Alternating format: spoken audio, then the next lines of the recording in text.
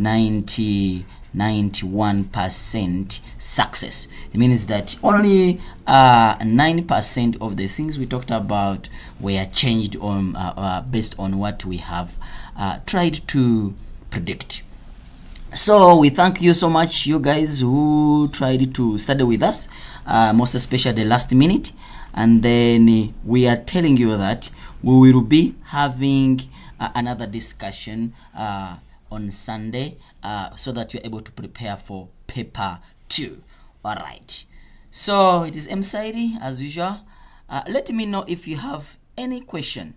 Any question you feel like you didn't maybe want to talk about, or I'm rushing and end up speaking something different which is supposed to be in other way, please let me know. Let's go, and then we start without wasting time.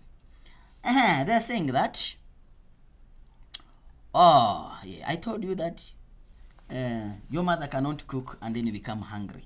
Yeah, that's what I'm saying, that we cannot teach you on thunder a duke and then you end up failing the what? Failing the paper. All right, let's start without wasting time. They're saying that the part of amniotic egg that provides nutrients to the developing embryo. So we say that that is the yolk. So you get 2 marks there. And then they're saying that which gland is responsible for secretion of prolactin. So prolactin is being secreted by the pituitary gland. So that is 2 marks there. So you get 2 marks there. They're saying that after an accident, a person can still walk. They can still walk, but has a poor coordination, poor control, and coordination. So remember, there is control and then there is coordination. So control, remember, walking is an involuntary action because of the involuntary muscles. You understand? So it means that it is being controlled by the cerebrum and then it's being coordinated by cerebrum. So it means that the part of the brain which we are looking for, it must be cerebrum for controlling the involuntary action and then coordinating the involuntary movement to be that. So the answer becomes C. Yes, so C becomes the most correct answer. Then we go to the next question. They are saying that the cranial and the spinal nerves are part of the dash nervous system. That is the peripheral nervous system. I don't want to go back to the distinction material book because we just want to discuss about what we talked about, because we showed you everything which is most likely to be in the paper. All right, we go the peripheral nervous system. So the answer becomes B. So you get 2 marks there. Then they are saying that someone is saying that yeah, the paper was easy. Okay, I also accept that the paper was easy, but don't take it for granted. All right, they're saying that the following changes occur at puberty. Okay, growth of facial hair. Sorry, they're saying that depending of the voice, onset of the of menstruation, and oily skin. All right. So they're saying that which one of the combination characteristics occurs due to the secretion of testosterone. Remember, testosterone is it controls the secondary sexual characteristics in male. So you cannot have onset of menstruation. So whatever there is 3, you cancel it out. So this one is out, this one is out, this one is out. So the remaining answer becomes C. So C becomes the most. You see, they're just giving you so that you guys you can pass. Today, everyone must pass this paper. Yes, so it means that now I'm gonna have more nurses.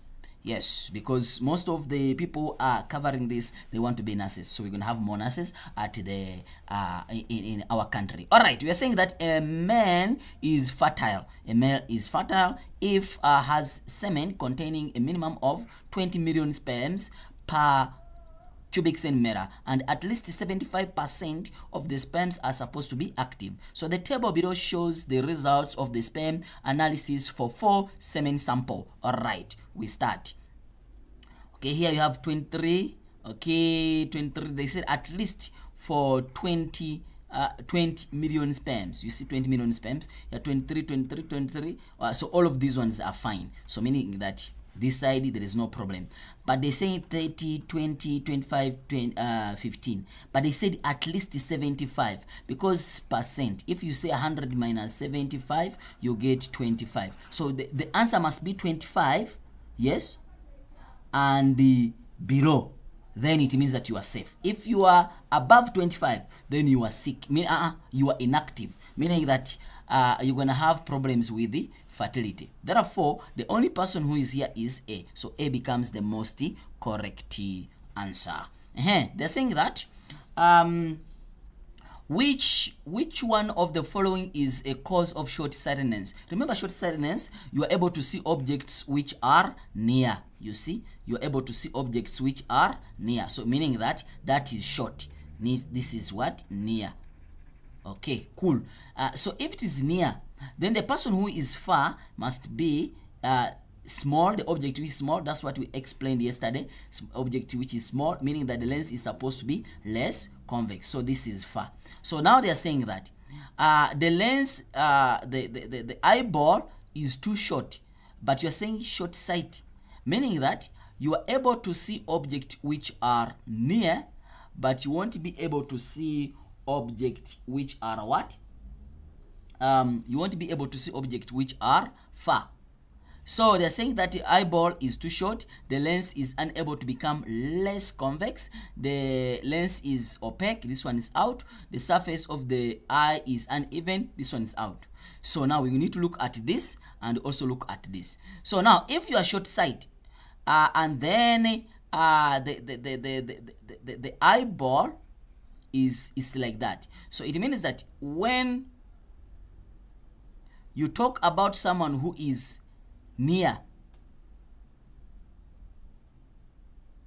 they're saying which one of the following is a cause of short sight, meaning that you're able to see objects which are near, but you won't be able to see objects which are far. So it means that now the person, if the lens is like this, so the far object, we need the lens to be like this, and this one we call it less convex. You understand? So if the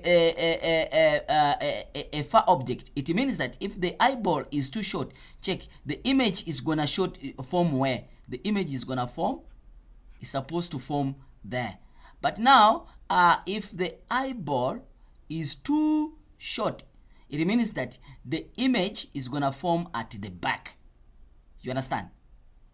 So meaning that for short sight, the image, if you are talking about the eyeball, the image is supposed to form around here. You understand? Meaning that the eyeball is too long, because now it's the small thing. Now when the light comes, instead of it can't reach here because the beam is too small. So this one is out.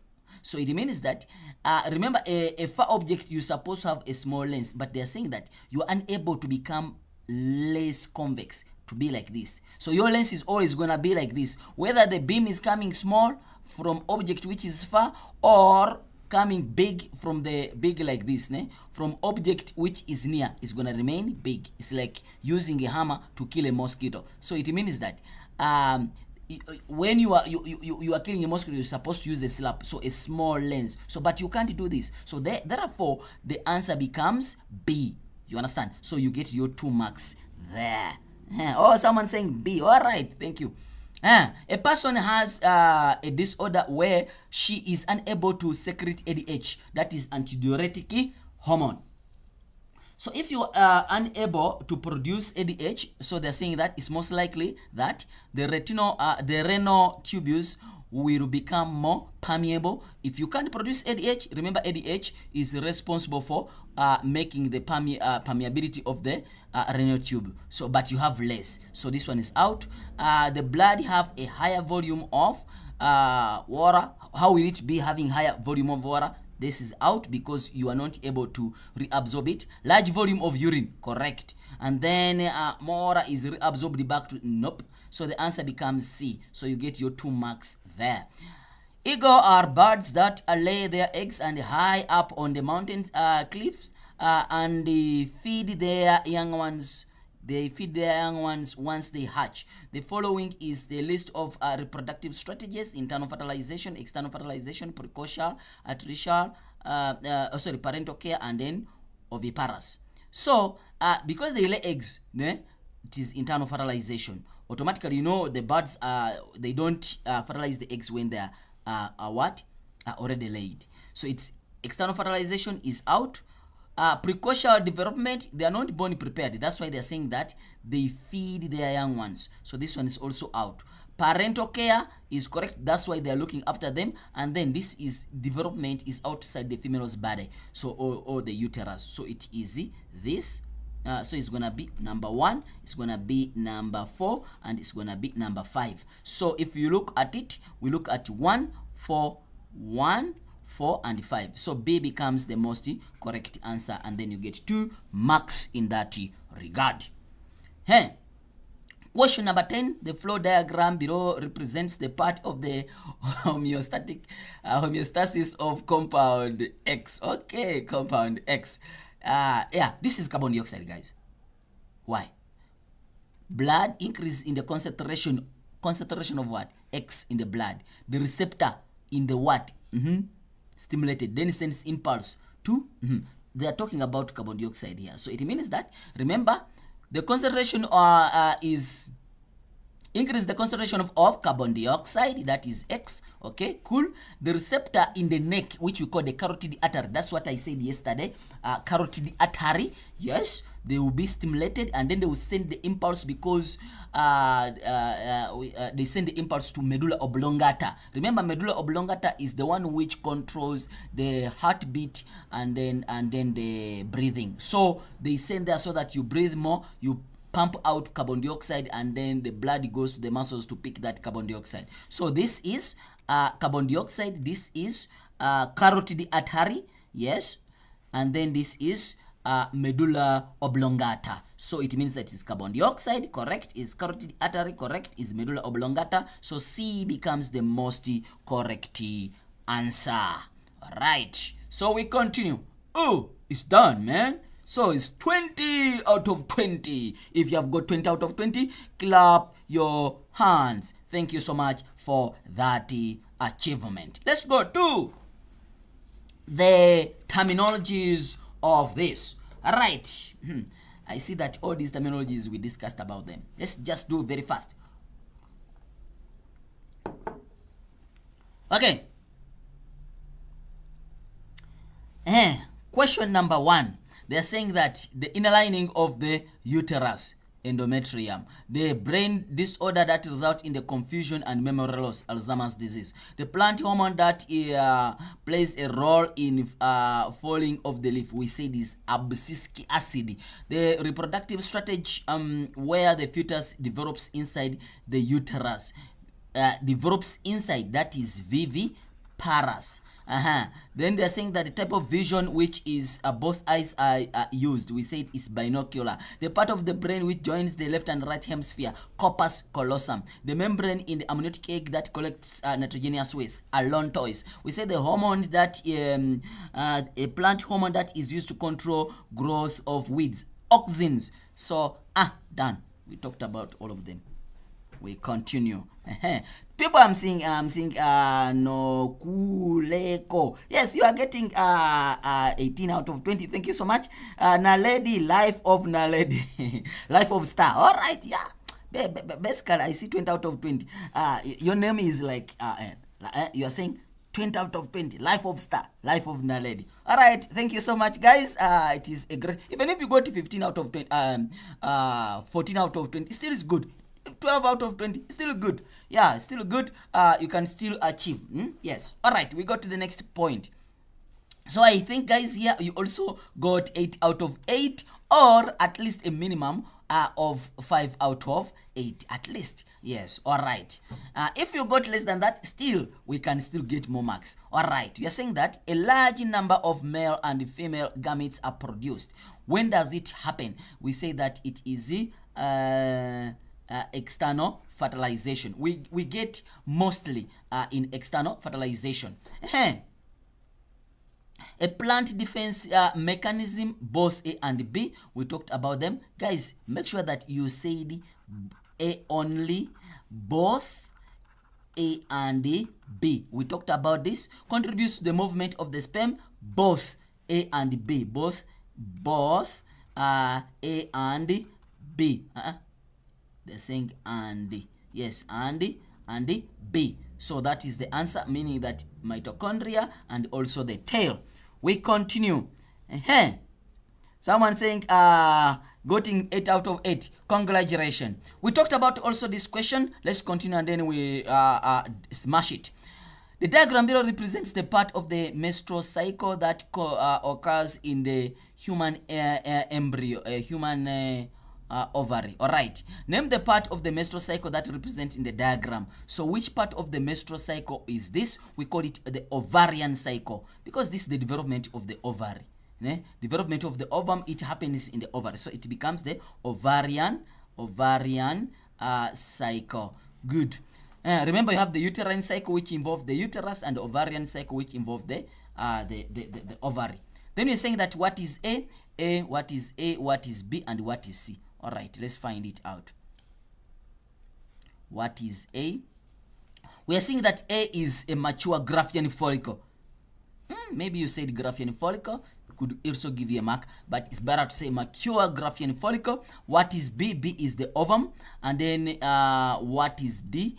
This is the process of ovulation. What is C? It is corpus luteum. So now, what is A? We say the A is mature Graafian follicle. What is B? We say it is ovum, mature ovum or mature ovum. And then what is C? It is corpus luteum. Name the hormone that controls the development of A. We talked about. All right, the hormone which controls the development of A is follicle stimulating hormone. Hormone that stimulates the development of the follicle or Graafian follicle. They're saying that is secreted by A. We say that once this one develops, it secretes a hormone called estrogen. All right, cool. Then they're saying that stimulates the process D, which is ovulation, and then that hormone is LH, luteinizing hormone. Correct. Someone saying that, sir, what if I said B is the egg cell? I don't know. Maybe they will give you, but I don't know. Yeah, but it's better to say ovum. Yes. All right, we continue to the eye. We talked about this this question also. Let's smash it.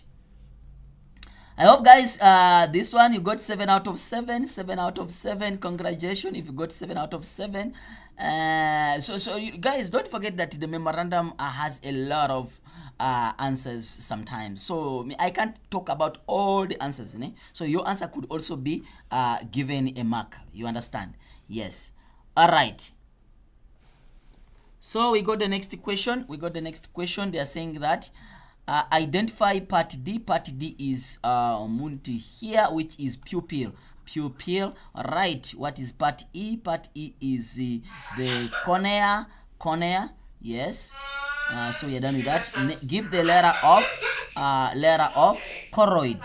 It's the second layer. So I have the first layer, and then they have the second layer, because they have the third layer here. The third layer is the retina. So it is F. F is the choroid. So F it's the choroid, and then iris. Iris is these C. So these are the iris. So C is the iris.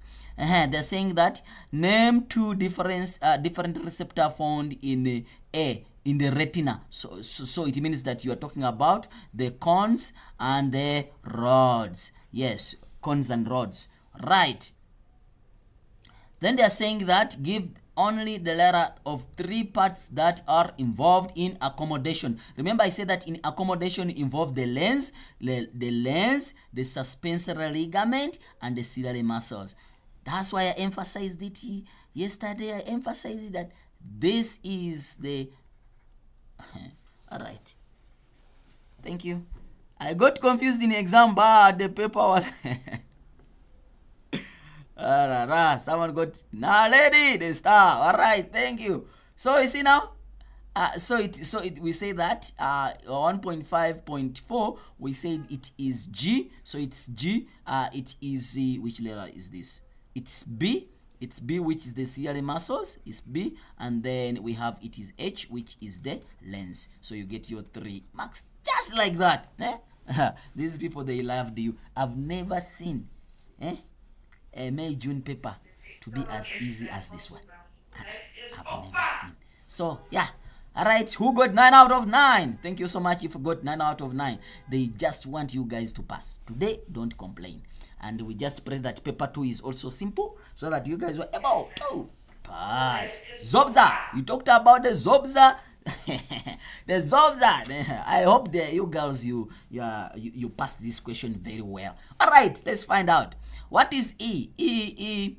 Remember, in most cases, what we do, we just label each and everything. For example, obviously this is the bladder, this is seminovesical, this is prostate gland, this is vas deferens, we say this is the epididymis, and then this is the urethra, and then this is the testis. So we have been like this one. Also, we're supposed to label each and every part, and then after that we go to, so we have seen it. So we said E. We said E is the prostate gland. F, where is F? Where is F? F, we said is seminovesical, and then C, we said C is the urethra. So done. Name the type of gametogenesis that occurred in the. We talked about this, and they said this is it. Even I didn't talk about the oogenesis. I was talking about spermatogenesis. So we said that we call this one spermatogenesis. Obviously, spermatogenesis because you are producing the sperm. Someone is asking me, are we going to do paper 2 tomorrow? We're gonna do paper 2 on Sunday. Yes, because if I say tomorrow, someone is gonna watch this video tomorrow. Then you will see on Sunday, and then you say tomorrow, which of is Monday. So let me just say on Sunday. All right. They're saying that on Sunday, the last I, it will be on Sunday. Yeah. How much percentage of prediction?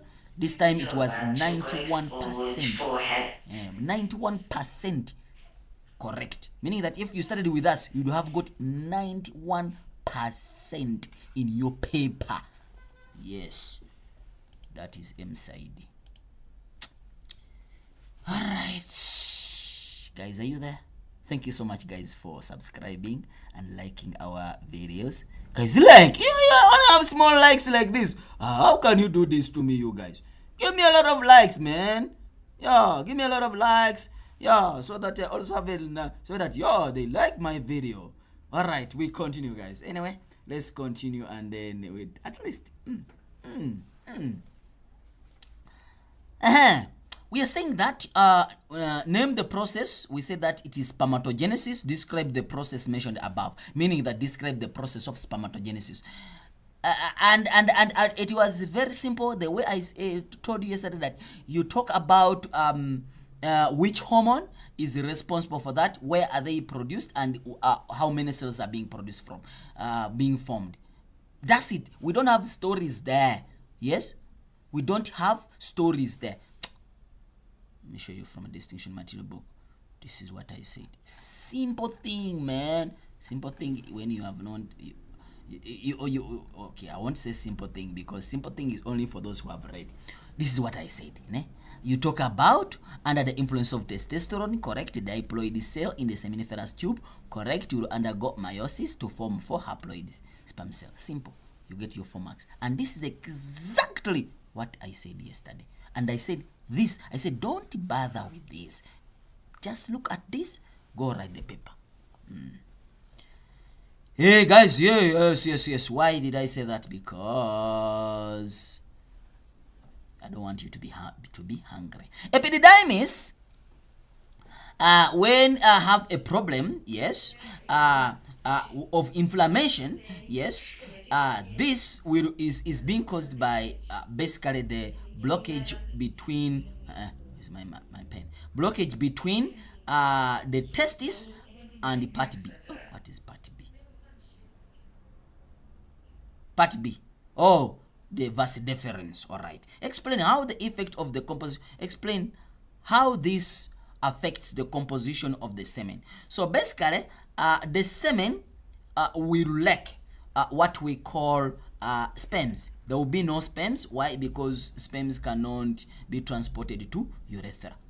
Meaning that the semen will only have the secretion of F, the secretion of E, and the secretion of this, but they didn't mention about it. You understand? So it means that the semen will have this the secretion from seminal-vesicle, prostate gland, and the Cowper's gland without sperms. So the semen will have no sperms because sperms they couldn't because they said explain. They will have no sperms because sperms will not be able to be transported from epididymis to urethra. Yes. We are done. What happens when your spelling is wrong? What happens if your name is called in a wrong way? Yes. So think about it, and then but in most cases they give ifts just like, but I don't encourage that. So we did the Zobza yesterday exactly like this. So we are done with that. We did this one yesterday. You see the happiness I have, ne? Is the same happiness I was when I was discussing, and I'm telling you that you guys make sure you watch this. The last minute, the last eye, make sure that you'll watch the last eye in paper 2. Don't forget to subscribe and like, ne? Guys, I want more likes. I'm seeing the likes now. They are coming, ne? Give me more likes, guys. Thank you. All right. They're saying, don't forget to share. Yes. They're saying that identify cell C. Cell C, we say this is a blastula. Let's just label. This is the ovum, because here you have a sperm. So this is the ovum, this is the zygote, and then this is a morula, this is the blastula, it's a hollow ball, and then this is the embryo. You form the outer layer, which you call the chorionic villi, chorion, which forms the finger-like projection, which you call the chorionic villi, so that now the embryo is able to be implanted. So the outer layer is called what? The chorion. All right. Explain. So what is structure C? We said is morula. What is structure B? It is called a zygote. Explain the difference between A and B. A and B. A, this one is haploid. Ne? While B is a diploid. It's a diploid. Meaning that, what's happening with my pen? Yes, diploid. So, some people maybe said it has 23 chromosomes, while this one has 23 pairs of chromosomes, or 46 chromosomes. Maybe they can also give you, but it's basically this is a haploid ovum, and then this is a diploid zygote. Yes. All right, we are saying that name the fluid surrounding the embryo. It's called amnion, and then give 3 functions. That's what exactly I told you, and I came straight here, and I told you. Okay, I came straight here, and I told you, and even I warned you that please, amnion is not used for nutrition. That's what I said. So. That's the first answer. Against act as a cushion, prevents dehydration, keeps the temperature almost constant, allows free movement. So I'm saying Vera, 1/5 out of Vera. We have not yet finished the paper. 1/5, but I see. It seems that you were in our class yesterday. Yeah. If you get 1/5 out of 150, then you were in our class yesterday. Who got 9 out of 9? 9 out of 9. I've not seen a question we have not discussed. We didn't discuss yesterday. I've not seen a question. I've not seen it. Yes. Let's go to the next question. They're saying that now this one, we talked about ovulation. Yes. So this is some of the parts which we don't talk about. Why? Because these are just an AC, of which we change it every day. All right, I see people say Sabelo. I remember you Sabelo yesterday. All right, they're saying that the basal temperature or basal temperature is the temperature of the body, meaning that the temperature when the person is not doing anything, you are just rest. When you are sleeping, we call it, that temperature is called the basal temperature or basal temperature. And then the metabolic rate, we call it the basic metabolic rate, meaning that that's when all the things are working normally. No exercise. I mean no exercise. Those people work at night when the lights are off. All right, I'm not talking about that. They're saying that the basal temperature or body temperature is the body temperature while a person is at rest. An increase above of basal temperature occurs immediately after the day of ovulation. The basal temperature method can also be used by women who want to fall pregnant. All right, meaning that why do they want to fall pregnant? They say that the temperature immediately increase during ovulation. Then it means that when I see the temperature has increased, that's why they check you the temperature if they want to know that you are pregnant. All right, so when you see your temperature increasing, please don't tamper with what? Sex. They're saying that the graph below represents the body temperature chart of a woman with the 28 menstrual. All right, let's find out. Let's find out what are they saying. What are they saying?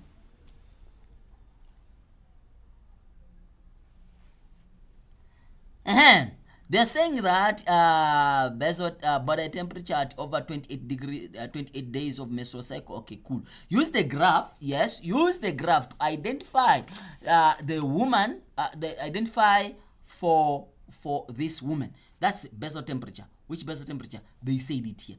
Guys, can you feel this? 36.2 degrees Celsius. So that one is done. You get 1 mark. Day of ovulation, we said that the temperature increases when, you understand? Yes, the temperature starts to what? To increase when the ovulation is happening.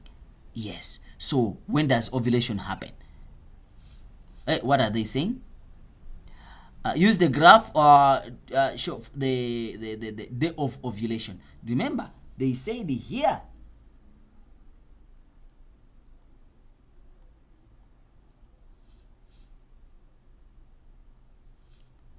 They said here that an increase above the basal temperature occurs immediately after ovulation, meaning that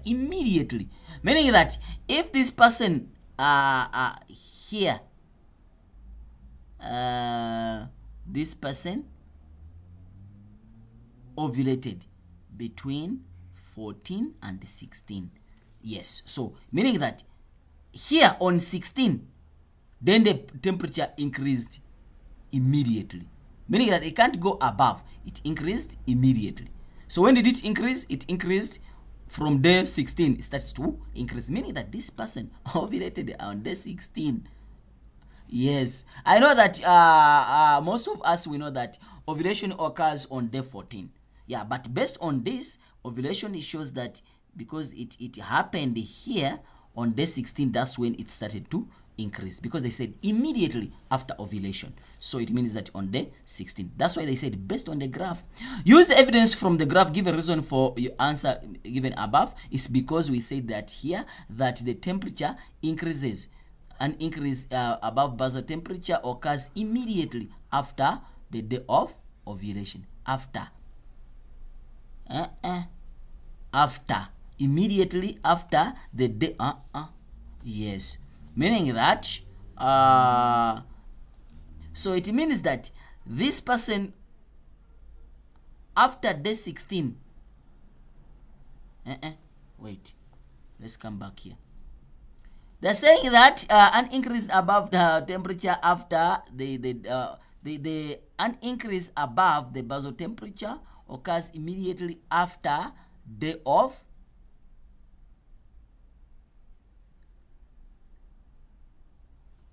So if you ovulated here, so this person ovulated on day 15.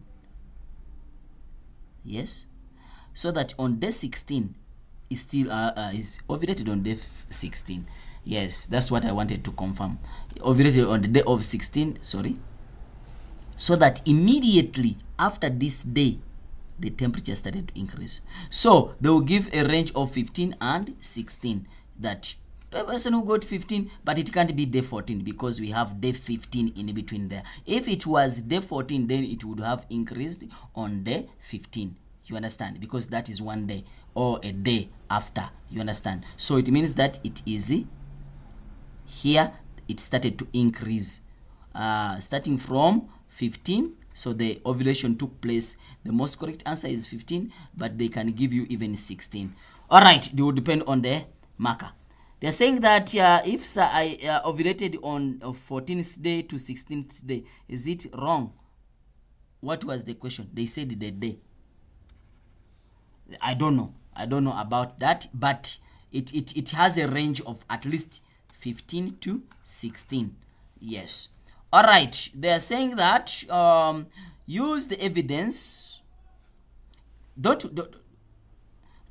forget that there are some discussions which are being done before like the marking, based on the answers also you have given, and then they see that no, the student had some idea about it. All right, we continue. We continue the next question.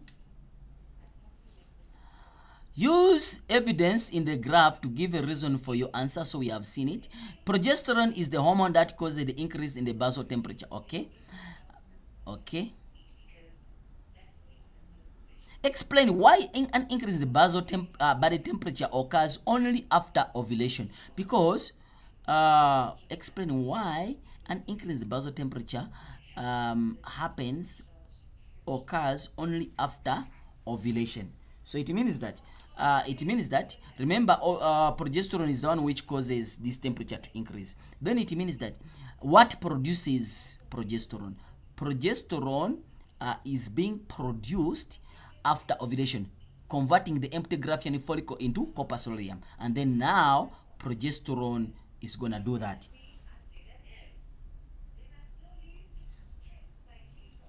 Is gonna do what? Is gonna cause the increase in the body temperature. Why? Because progesterone increases after what? Ovulation. And then once progesterone is being produced after ovulation because of the corpus luteum, yes, then the temperature has to increase after. You understand? Yes. That's why here the what is more. That's why we had to discuss about that. All right, we go to the next question. They're saying that explain why basal temperature is measured when the person is at rest. Why do we have to measure the basal temperature when the person is at rest? Basically here is because all the organs are at rest. We have what you call the metabolic rate is what we call the basic metabolic rate. Basic metabolic rate, meaning that that's when all the organs, they are working normally. Yes, all the what working what normally. Yeah, I think that is it. So explain why the basal temperature is measured when the person is at rest, because that all the organs, they are at rest, so we have less activities which are happening, and then there is basic metabolic rate. All right, we continue the next question. Read. Hearing loss.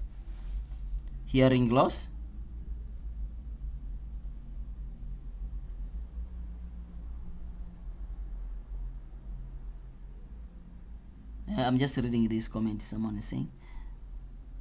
It says day after. It says the day after. Yeah, that's why there is a day, one day, a day after, meaning that the next day. Yes. All right. That's why we say the 15 is most likely, so that it increases. If ovulation occurs on 15, then the temperature will have to it will have to go for the next day. Yes, meaning that 16. Yes. So we will discuss about it. Okay, we are saying that you're saying that there are too many types of hearing loss. Type A hearing loss occurs when there is a blockage in the transmission of sound wave, the vibration through the outer and middle ear. Type B hearing loss is caused by the damage of the hearing receptor and of the inner ear, or the nerves that carry sound impulse to the brain. Okay, now let's find out. Diagram below represents the human ear. What is it? Okay, we see that this is oscars, this is semicircular canals, this is auditory nerves, this is cochlea, and this is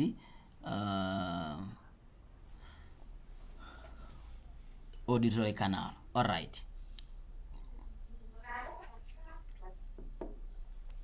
They are saying that write down the letters 2 of each that may be damaged when the person is suffering from hearing loss. Type A, meaning that hearing loss occurs when there is blockage.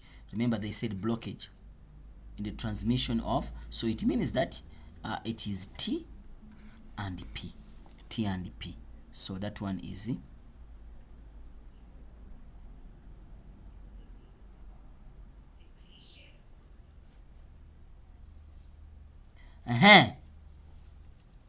then they're saying that, so we said that, so that one is done. Then type B, hearing loss. Type B, they say that caused damage in the hearing receptor. Okay, where is it? So it means that receptor here, and then the impulse in the brain. So what is happening here? All right, so it means that the answer is gonna be, because the inner ear and then the impulse to the brain, so it's gonna be, which letter is this? Which letter is S and R? So this one is gonna be S and R, and then this one we said is T and P. So you get 4 marks, mahala. Identify part S. Part S, it's the cochlea. Yes, they're saying that describe the role of hearing receptor when they describe the role of hearing receptor when they are stimulated by pressure. And remember, the pressure becomes the change, the stimulus. It creates a pressure wave. It makes this one to be changed. So it means that it becomes the receptor receives the stimulus. It converts the stimulus. It converts the receptor, yes, converts the stimulus into a nerve impulse, which is sent to the brain for interpretation. Explain why the person will suffer from hearing loss if P is fused. We talked about all these things here. P, what is P? Is oscars. So there are 4 marks there. It means that the person, now this one, they have 2 ways in which it can be marked. Number 1, because they say they are fused, meaning that they can be fused, then it reduces the amount of what? The amount of vibration, or it can be completely no vibration. So it means that here you can say the oscars will not vibrate, or the oscars will vibrate less. So if you have used the less, you have to keep on saying less on each. You understand? If you have used no vibration, then it means that you have to use no vibration. No. You understand? So let me use no. The oscars will not vibrate. The vibration, the oval window will not also vibrate. A pressure wave will not be created. You see? Oh, now we will see less pressure wave will be created. The oval window will vibrate less. You see? If you use less, use less. If you use more, so if you use no, use no. So the oscars will not vibrate. And then vibrate and will not amplify the vibration, and then causing the oval window not to vibrate. No pressure wave will be created in the inner ear, that is the cochlea. Yes, the organ of Corti will not be stimulated, and impulse will not be sent to cerebrum for interpretation, and then the person will be suffering from deafness. You see? So if you use no, use no. Yeah, you even in my I think there was no vibration. Yes, so you see it's 4 marks. So you basically you talk about what is supposed to be done, and then it's not going to be done. Why? Because there is fusion of the what of those scores. So I think, guys, yes, 11 out of 11 or 10 out of 11, and then we give one of a benefit of doubt. All right, they're saying that the scientists investigate the effect of different doses on alcohol on the reaction time in humans. Does the amount of alcohol given to the body sorry, not does, a dose. They're saying that reaction time is takes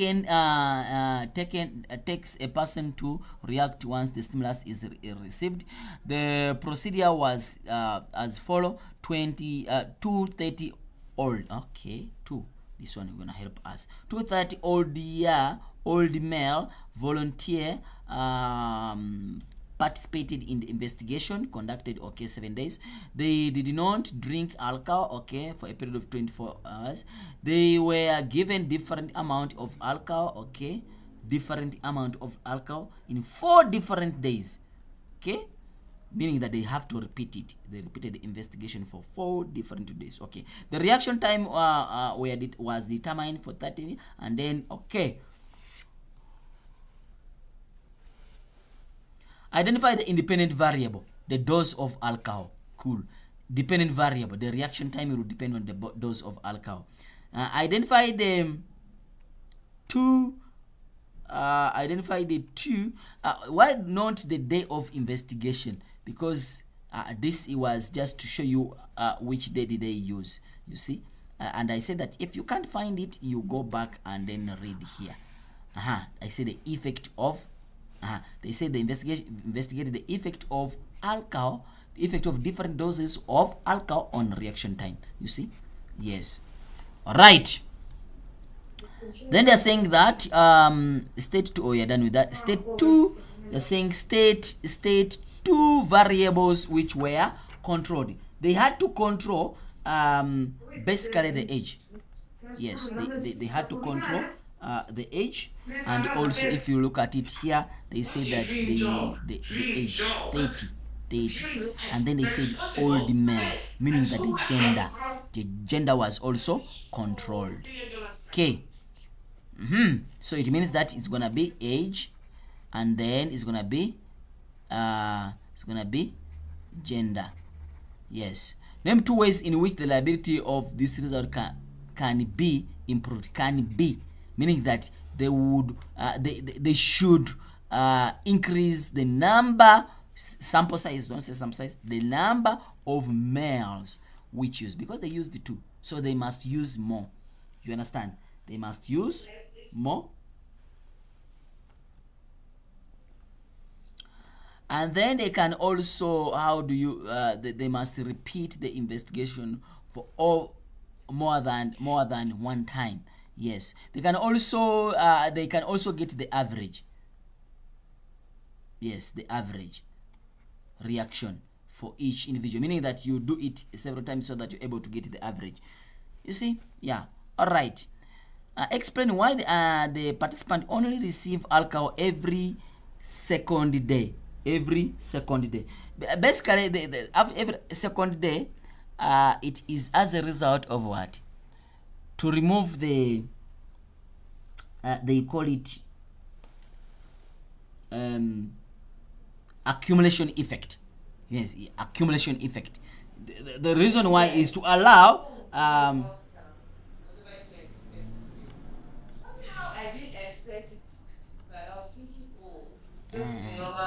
yes, is to allow alcohol metabolism, like so that alcohol which you have ingested, so that you are able to that alcohol is metabolized, so that it does not have an effect on the incoming intake. So to allow alcohol metabolism, so that you avoid what we call accumulation effect or cumulative effect of this alcohol, meaning that the effect from the first intake is passed to the next intake. Yes. So male, so basically to allow alcohol metabolism or to be broken down, yes, by the body, and then also to avoid the cumulative what effect of this alcohol. A male one has a body mass of 93 kilograms. Yes, calculate the amount of alcohol in milligrams that consumed on the 7th day. Oh, they say that each dose per. Look at this unit. Look at this unit.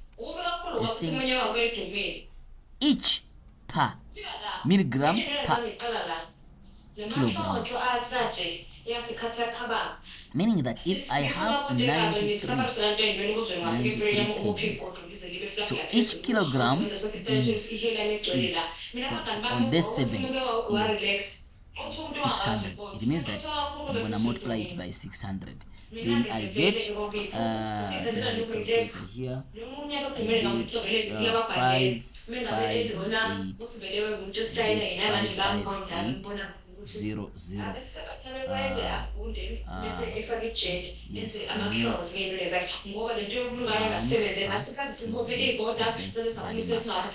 So basically, this is amount of alcohol which was ingested. Yes, they said in milligrams. No, in milligrams. Yes. So basically, milligrams of alcohol. These are this amount of, I don't know how much is that.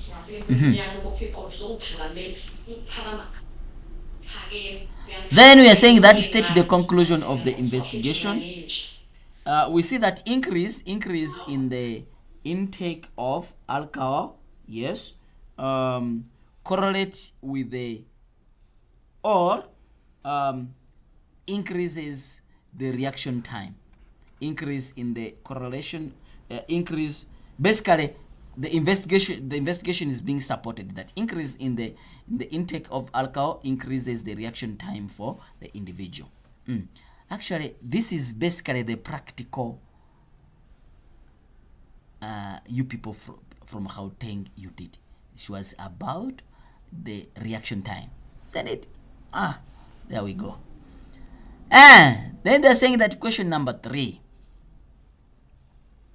Question number 3, they are saying that, okay, this is a sensory neuron, this is the connector neuron, this is a motor neuron, and then this is the dorsal root, and then this is the ventral root, this is the effector. Then, let's start. Give the letter of the part of the dorsal root. Dorsal root. Where is the dorsal root? It is C, so we have seen it. Sensory neuron. Sensory neuron, we say that sensory neuron is A, so we talked about it, is A, this is C. State the significance of the synapse, we say that allow impulse to move in one direction. Explain the significance of the reflex action, we said it protects the body from further harm. Explain the effect of the reflex act if A is cut, we said A. We say that the person will be able to feel or detect the stimulus, but you won't be able to respond to the stimulus. You won't be able to respond. So that's what we said. You'll be able to detect the stimulus, but won't be able to respond. Meaning that the person will be able to detect the stimulus, the impulse will be taken into the spinal cord, but won't be able to be taken to the effector. Yes, maybe that can also be given a tick. Then you're saying that draw the diagram to show the detailed structure of the. Guys, don't worry that you disappointed me when I was talking about the sheath condom, and I said make sure you go when you know how to draw this. And then someone was telling me stories. Alright, so guys, you have to draw the motor neuron. Yes, I'm not going to draw, I'm just gonna show you here. You need to draw the motor neuron.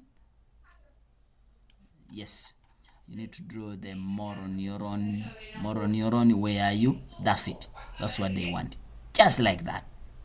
Cell body, nucleus, myelin sheath, dendrite, cytoplasm, whatever, axon, yes, or you draw it like this, either way, either like that or like that, simple like that. That's what they want. They say that and then you have to tell me that, you have to tell us that D is a motor neuron. You mentioning D is a motor neuron structure of, they will give you a mark. Then we go to question 3.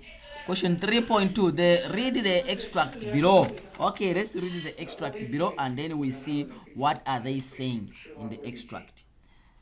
They're saying that the people with diabetes mellitus, remember when what I said? And even I forced you to write a spelling of something.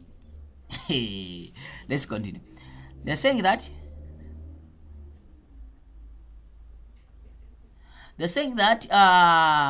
the beta cells in the pancreas are unable to secrete sufficient amount of insulin. The people are treated with the regular injection.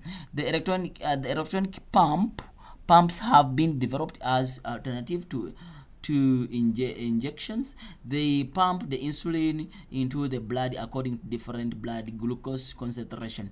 The pump can also be clotting fastened and then to the skin with the adhesive patch. They're saying that these pumps are then infused in insulin through the skin into the blood. Yes, I talked about this. I said that make sure I don't miss it. But I saying that the group of cells, how do we call the group of cells? We say that, I even say that we call it is lead. That's what I said yesterday. Is lead. Of is lead. Isolate. Yes, is lead. Of, and I said lung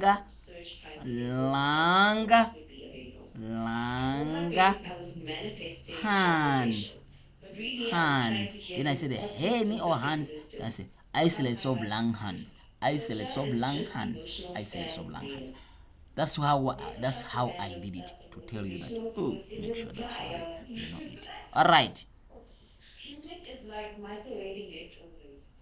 B is the opposite.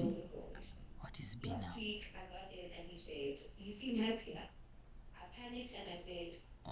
didn't ask about B. What is the dorsal root? B is the dorsal root. Did they ask about B?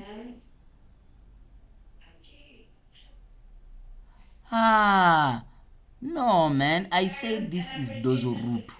Yes, this I was just giving a tick. No, it's not C. It is.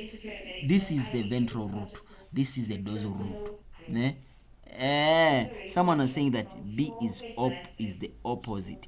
Yes, here the dorsal root.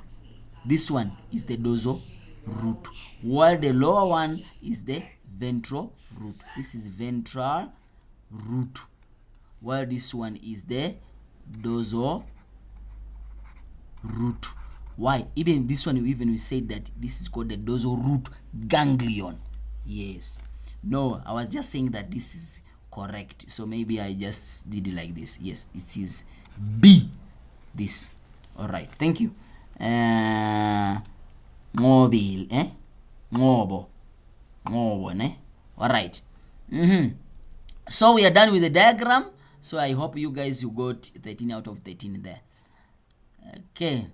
So we're done with this one. The signal for pump.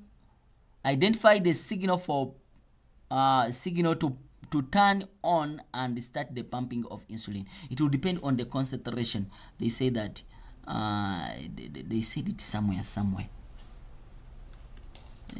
They said it here.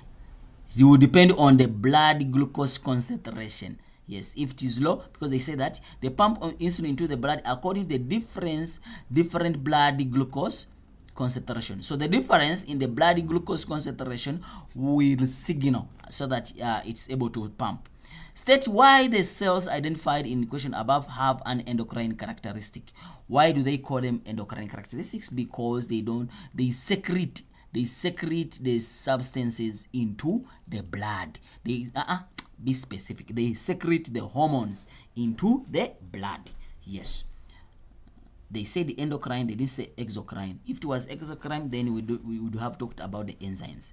Describe the effect of insulin on the liver and the muscles. The effect is basically insulin will stimulate the liver and the muscles to convert glucose into glycogen. That's it.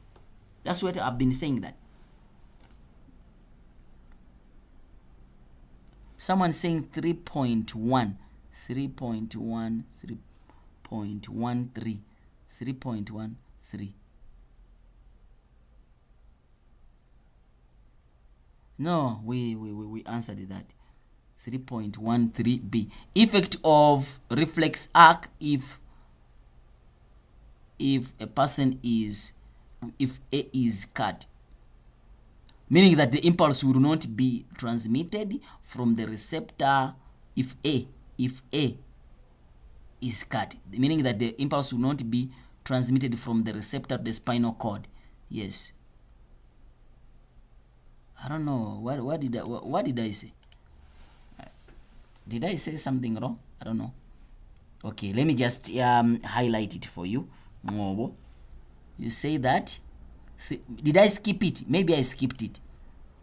Effect on the reflex arc if A is cut, meaning that the path. Yeah. Remember that if this is blocked, we will see that the person won't be able to feel, but you will be able to respond. So now if you cut, it means that if the impulse will not be transmitted to the spinal cord. You understand? But it will be transmitted, it will be this one to the effector. Anything in the spinal cord will be able to be transmitted to the effector. Yes. So it means that you won't be able to feel, but you will be able to respond. Yes. So the impulse won't be able to be transported to the spinal cord, but it will be able to be transported to the effector, and then the person will be able to respond. All right. Where am I? So Iran, state the cells. We said that because they secrete their substance direct into the blood, and then the blood can be transported them. And then you say it's basically it's better to say hormones. Describe the effect of insulin on the liver. We say that it stimulates the conversion of insulin. It stimulates the liver and the muscle to convert glucose into glycogen. So basically that's what they want. Explain why the electronic pump are more effective in controlling the amount of glucose in than the injection. Injection, who tells you that you inject? Oh, Mobo is saying that I said the opposite. Oh, thank you so much for rectifying me that. Maybe I don't remember what I said. Yes, but maybe I'll replay the video and then I hear what I said. But thank you so much for putting it on attention, bring it to me. The person will feel. Will the person feel if sensory? Oh, that's what I said. Oh, thank you so much. Thank you so much, guys. And Ntombi and in Ngobo. Yeah, that's why I like to discuss these things online, so that sometimes you might say something when your mind is talking about something else. All right. Yeah. They're saying that explaining why electric pump are more effective in controlling the amount of glucose level in the insulin injection. Yeah, because these ones are being triggered by the change in the concentration. You understand? While the injection, you have to wait. Sometimes when you feel like there is a reaction, but sometimes the reaction will not be shown immediately. It might be shown after. So, what can you say when you are answering that question? They say that explain. Where is it? State. Describe the effect. Explain. So you can maybe say that maybe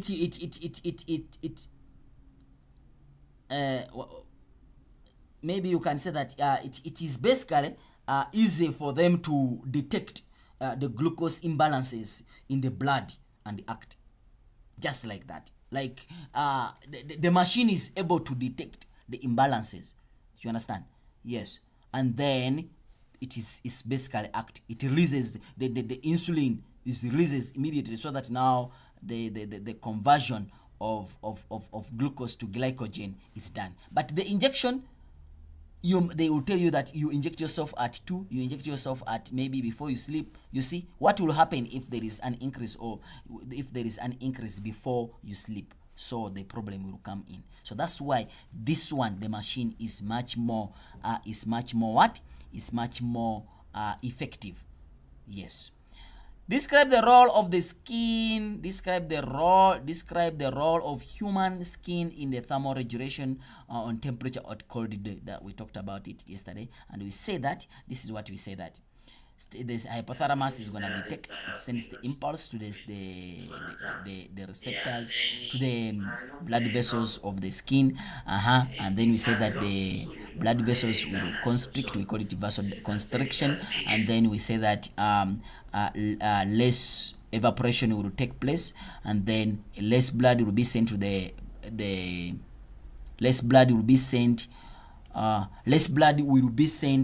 the sweat gland.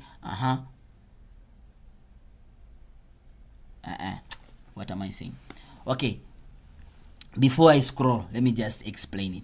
We say that point number 1, when you look at it, point number 1, we say that the hypothalamus is going to detect.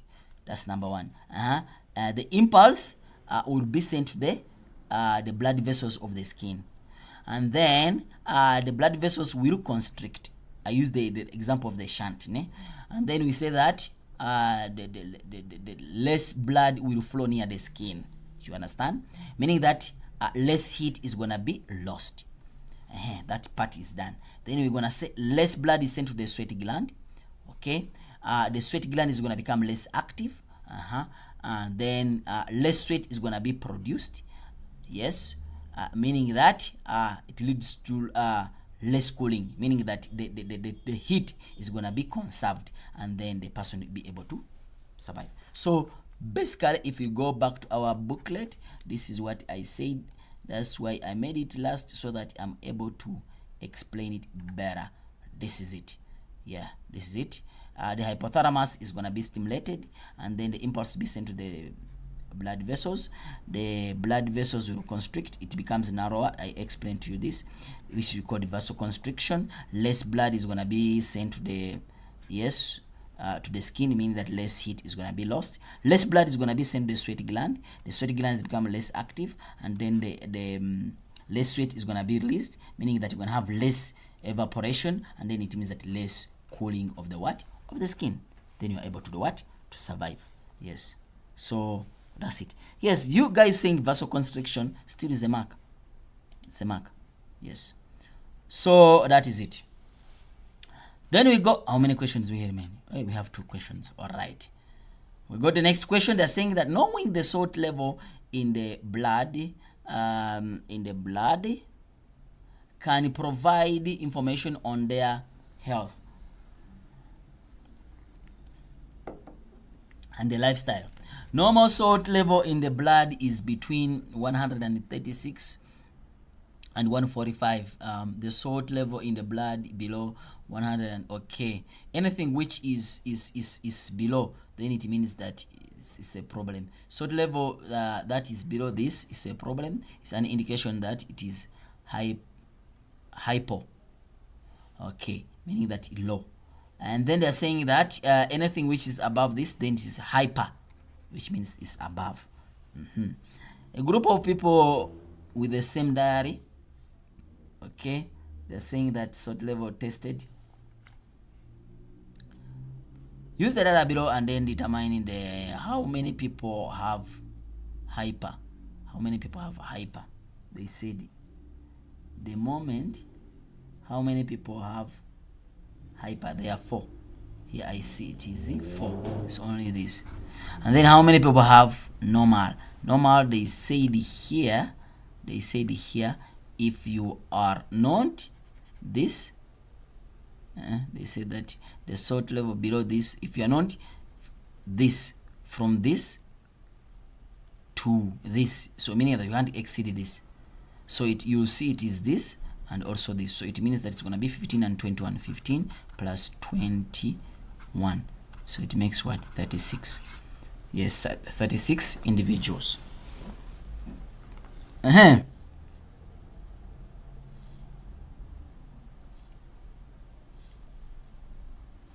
Someone said vasoconstriction. Yes, it's called vasoconstriction.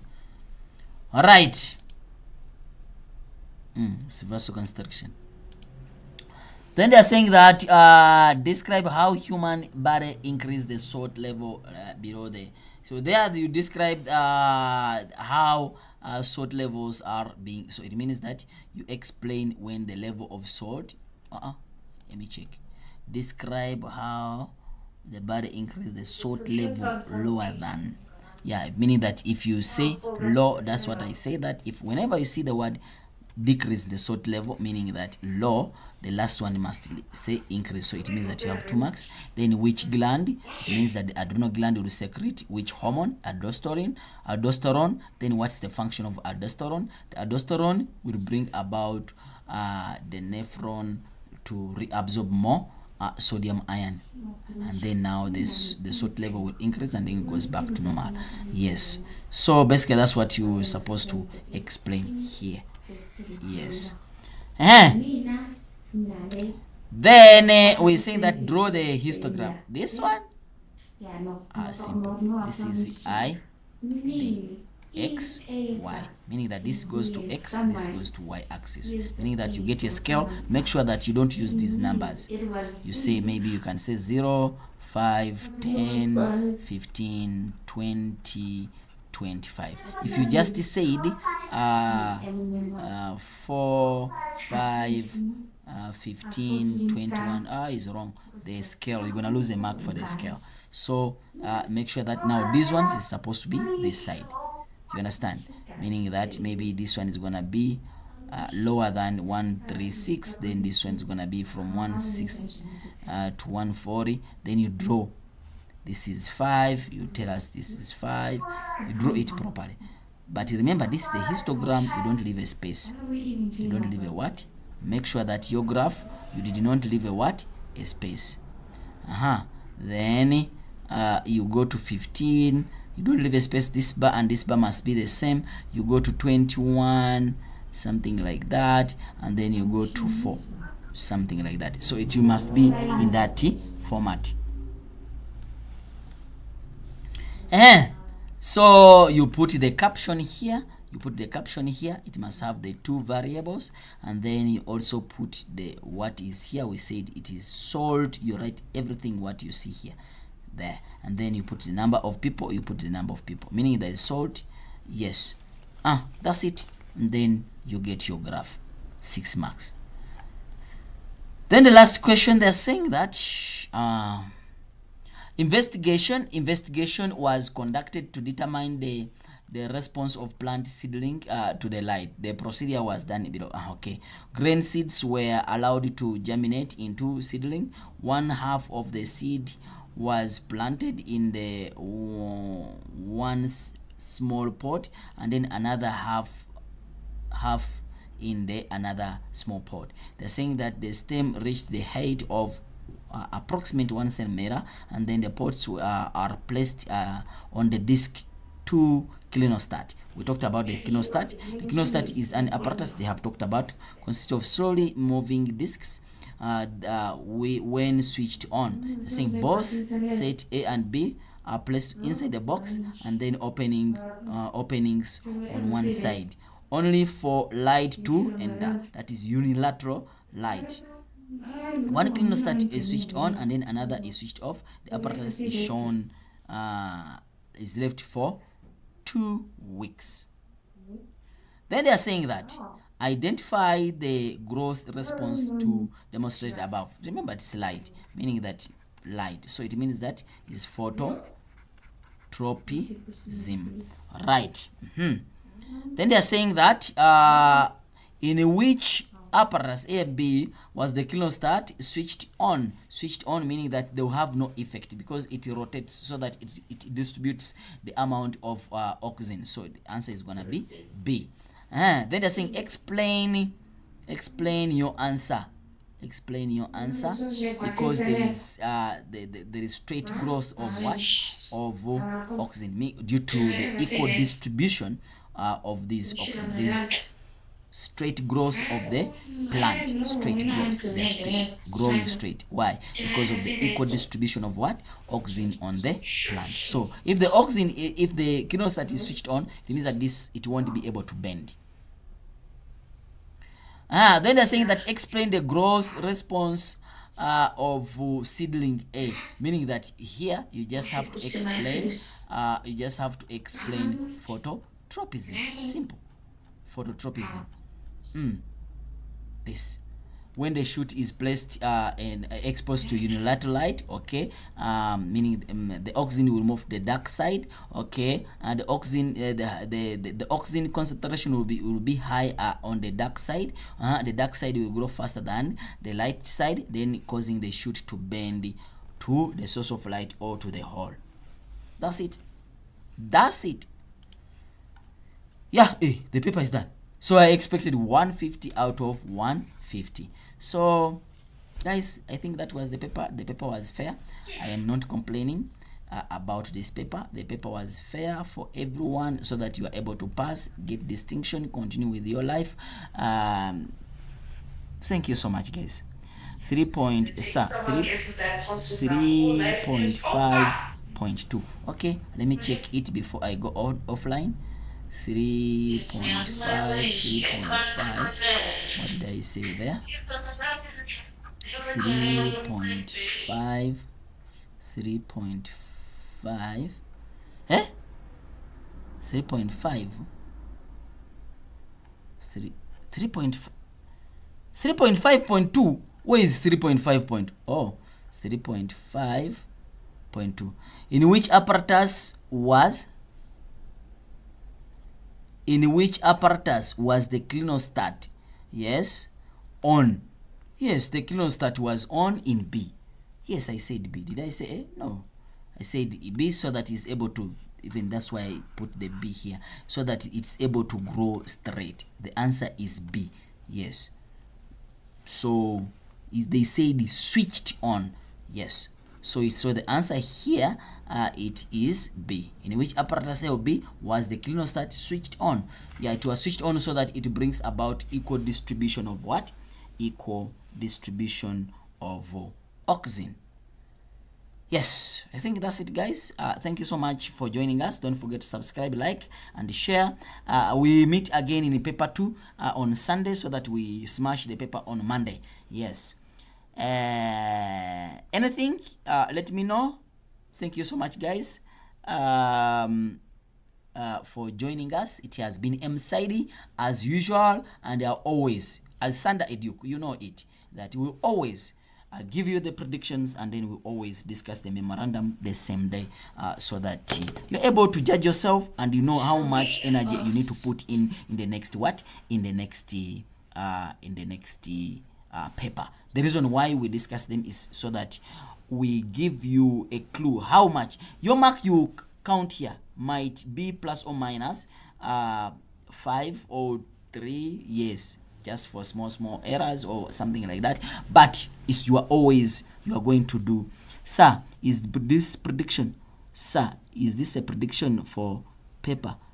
No, it's not a prediction. The prediction was done yesterday, and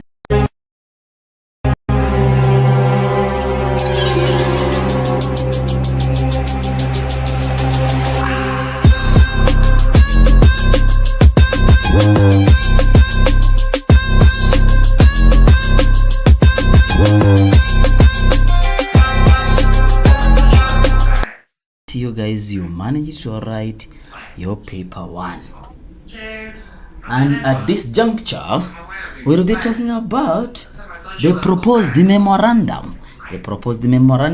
And we see how much did we manage to score, so that we are able to see how much do we supposed to put in, and then we are able to collect our distinction. It is MSID. I always tell you that those people who study with us, with Thunder Duke, you will never regret. So I know that yesterday I gave you what called a scope.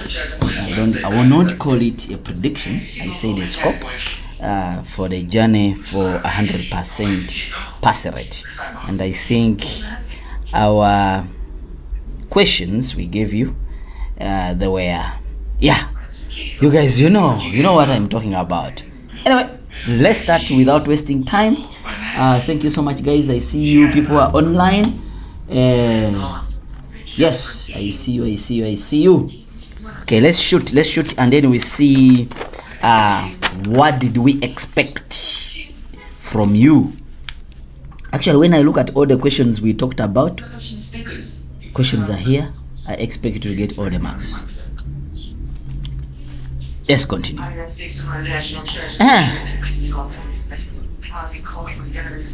The first question.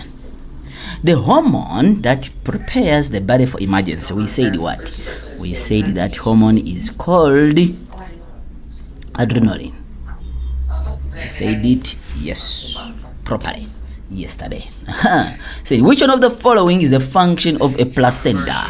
The function of a placenta, we say that, make sure you know the functions of the placenta. I say that those processes which happens in your body. Excretion, correct. Nutrition, correct. Gaseous exchange, yes, correct. Protection, yes, the placenta protects but doesn't protect against mechanical injury, so out. So nutrition, correct. Temperature, the various option, okay. The hormone that prepares the body for emergency, we said it is which one? The hormone that prepares the body for emergency is adrenaline. So we said it. All right. Then they are saying that which one of the following are functions of a placenta? Functions of what? Of a placenta. So, do we have excretion, nutrition, gaseous exchange, and protection against mechanical injury? We say this is out. They say that nutrition, yes. Temperature regulation, they said placenta. Temperature regulation, nope. So basically, I see here it's out. This is out. Because of the mechanical, yes, it protects, but against the microorganisms. That's why a person can be, for example, a person can be HIV positive while the baby is HIV negative. So it's being the placenta which is that does the function. So since it's not mechanical injury, so it's out. So this is out because of this, because of this, because of this. So the most correct answer becomes A. So A becomes the most correct answer. All right, we continue. The next question. They're saying that the table below shows the reaction time of 4 learners to stimulus. Right. Okay. I hope you guys were hearing me, because people are telling me I'm not hearing you. What? I hope you're hearing me now. All right, they're saying that the table below shows the reaction time of 4 learners to a stimulus. So we have the first one. You have this, you have this, you have this, you have, okay. Which one of the following learners demonstrate the fastest response to the stimulus? Fastest, it means that you're supposed to have the shortest time recorded. It means that you are the fastest. Because if you take long time, it means that you have low reaction time. You understand? So if you are very fast, it means that you have the faster reaction time. So the fastest is this. So the answer becomes D. We go to 1.1.4. A high level of thyroxine in the blood stimulates. If you have too much thyroxine, we will stimulate the pituitary gland to secrete less TSH. You understand? Yes. Why do we have to be with less TSH? Because we have a lot of thyroxine. If it was less, then TSH would have been too much, so that more thyroxine is being produced. So the answer, the most correct answer here becomes A. Then we got the next question. Yeah, I hope you guys you answered this correct. Which one of the following is the correct correct for normal? They say the normal pregnancy. They say site for fertilization is supposed to be fallopian tube, which is P. So wherever there is P is correct. could be correct, this and this, so automatically this is out, this is out. Then site for implantation should be the endometrium, which is Q, so the answer is supposed to be C. C becomes the most correct answer. We got the next question. Which part does zygote develop into a morula? Which part does the zygote develop into a morula? Remember, even if it is, you have a cell like this, you have 4 cells, it is becoming a morula. We call it an protected morula, and the morula is formed when because there's the moment fertilization takes place here, it moves as it divides. You understand? It moves as it divides. It moves as it divides. So here is the morula. You understand? This point, the morula. So as it reaches here, from this point here, it becomes a blastula. You understand? So now the blastula becomes, since they're asking about the morula, so it's supposed to be P, because it's the fallopian tube. That's where the morula is developing from. I think you guys, you did this question yesterday. Yes. Don't want to refer them to you. Good. So the answer becomes, where is P? Where is P? Where is P? D becomes the most correct answer. They're saying that which the following list is the following is a list of male reproductive parts. Okay, male. Those are organs. Glands. Which of the following combination is responsible for formation of semen? Formation of semen. Automatically, it's supposed to be these 3 plus the sperms. But the sperms are not involved there. Urethra is just a part where these things are passing from. So it's supposed to be 1, 2, and 4. 1, 2, and 4. So B becomes the most correct answer. The following is a list of growth response to the plant. Plant grow straight upwards. Upward growth increase in the number of branches. Stem towards the lateral line. Okay. Which one of the following combination describes the growth response that occurs when the apical buds of the plants are removed? So, number 1, growth straight. This one can't happen. Upward growth. Upward growth? No upward growth. Yes. It can't grow upwards because you have cut the head. Increase the number of lateral branches. Yes, it's going to form the branches. So this is correct also. Stem bend towards unilateralite. Stem bend towards unilateralite. How will it bend when you have cut the head out? So it looks to be this and this. Where do we have 2 and 3? 2 and 3. Yes, the answer becomes B. The answer becomes B. We continue the next question. Which one of the following is a correct for a person who exercise on hot day? You are exercising on the hot day. Okay, we shall see. Increase in ADH secretion and increase in the permeability of the renal tubule. Increase the ADH secretion and increase the permeability of renal tubule.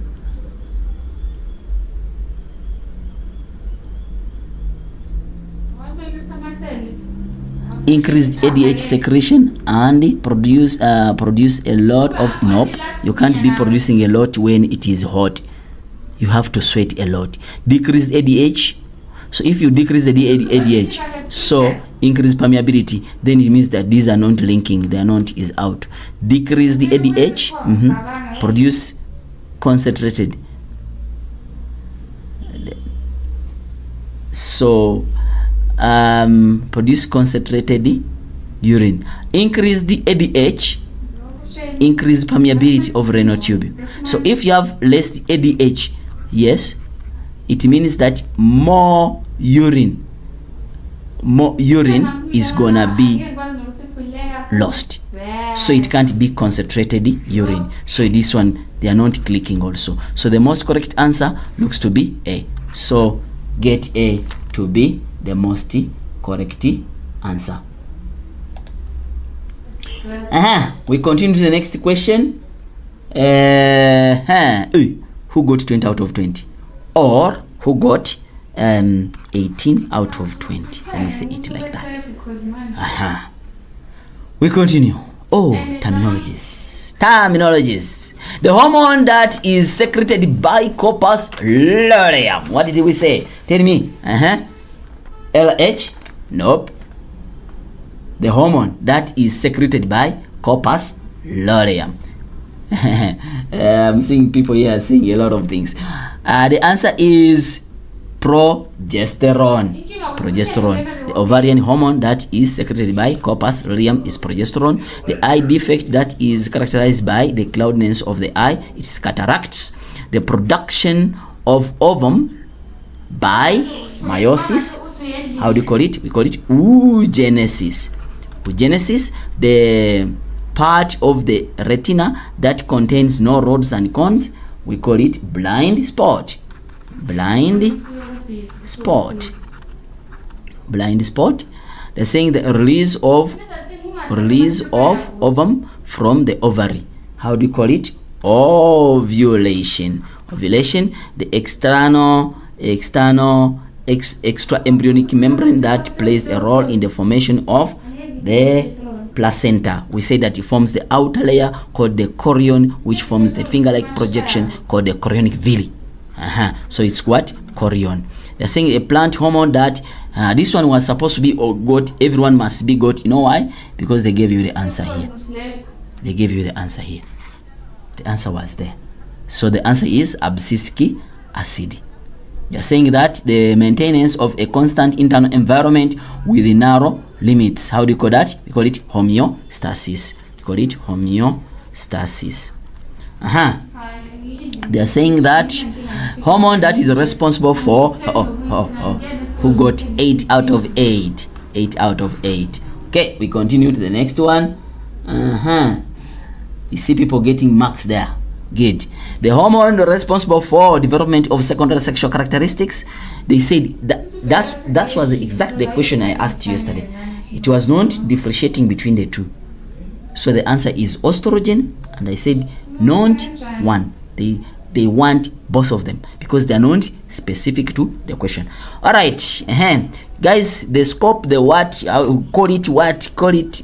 I won't call it a prediction. I will call it, I don't know, a project 100%. Yes, I think I will be in class. I think tomorrow. Yes, yeah, but I will put it on the channel so that you are able to see it, and then you are able to prepare yourself on time. All right, you are getting there. So the answer is both A and B. Remember, it's both A and B. It's not A and B. It's not both. It's both A and B. Play a role in pupillary mechanism. Pupillary mechanism, remember, is R with the C with the R and C. Radio muscles, then sacral muscles. So here we have ciliary muscles. So it's out. Radio muscles, correct. So it's B only. They're saying that plant defense mechanism is both A and B. Yeah, that's it. Plant defense mechanisms. Then they are saying, oh, who got 6 out of 6? See, it's easy, guys. Someone said yellow spot. Yellow spot where? We have not talked about yellow spot. It's a blind spot. They said no rods and cones. No rods and cones. So they are not saying high concentration of rods and cones. All right, they're saying that diagram below shows or represent a different moment, guys. A moment. It shows different. The diagram below shows different responses caused by the hormones. All right. Give the letter. Give the letter of the diagram that represents number 1 that respond due to abscisic acid. Remember, we said that yesterday. I gave you these hormones the way they are, and I said this works in winter. Winter system. Winter. We said this growth promoter, said it's the major one. And then we said this one works in summer. So, and I said that whenever you see the characteristics, so you must relate to that. Let's find out. Abscisic scarcity, we must look for dormancy, shading of leaves, everything which happens in winter. So it means that C becomes the most correct answer. Then they are saying that auxins, growth promoter. Ne?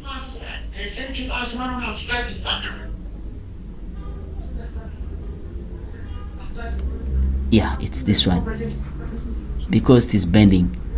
Yes, remember high concentration of oxygen on one side will result in something else, either depending on the direction of the light. So it is Z. So the answer becomes, what is this? The answer becomes diagram B. Gibberellins. Remember, this happens in summer. Germination. That is germination. That's what called germination. So the answer becomes C. Identify the response shown by the root in the diagram A. Root in diagram A. Oh, the roots are bending downwards. So basically, they are positively geotropic. The response, they are positively geotropic. What if someone says geotropism? I don't know. But the response, it shows that it's positive. It's positive geotropism. So it's positively geotropic or positive geotropism. Rate, they're saying in diagram B, phototropism.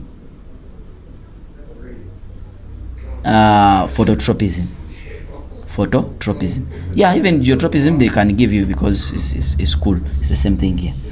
They're saying that use X and Y in diagram B. State which side of the stem has the highest concentration of auxins. Remember, in shoot, we say that in shoot, high concentration of auxins will be going to the dark side. If light is coming from this side, like this, it means that the dark, and you see it's bending like this, it means that this is gonna be the light side, and then it's gonna be the dark side. You see, the dark side will grow faster than the light side. So basically, it's gonna be high concentration is gonna be X. Why? Because we have the side of auxins at this side, so that it's able to bend to that source. Then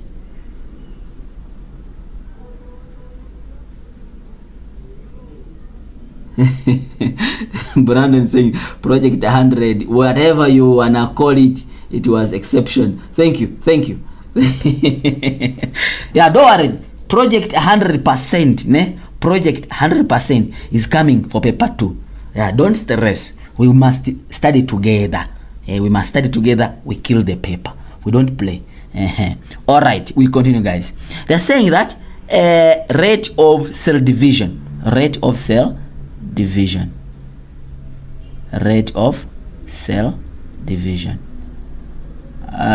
Since this one it grows faster, it has higher rate of cell division and elongation, so that now it can so it means that it's going to be also X. So it's X and X.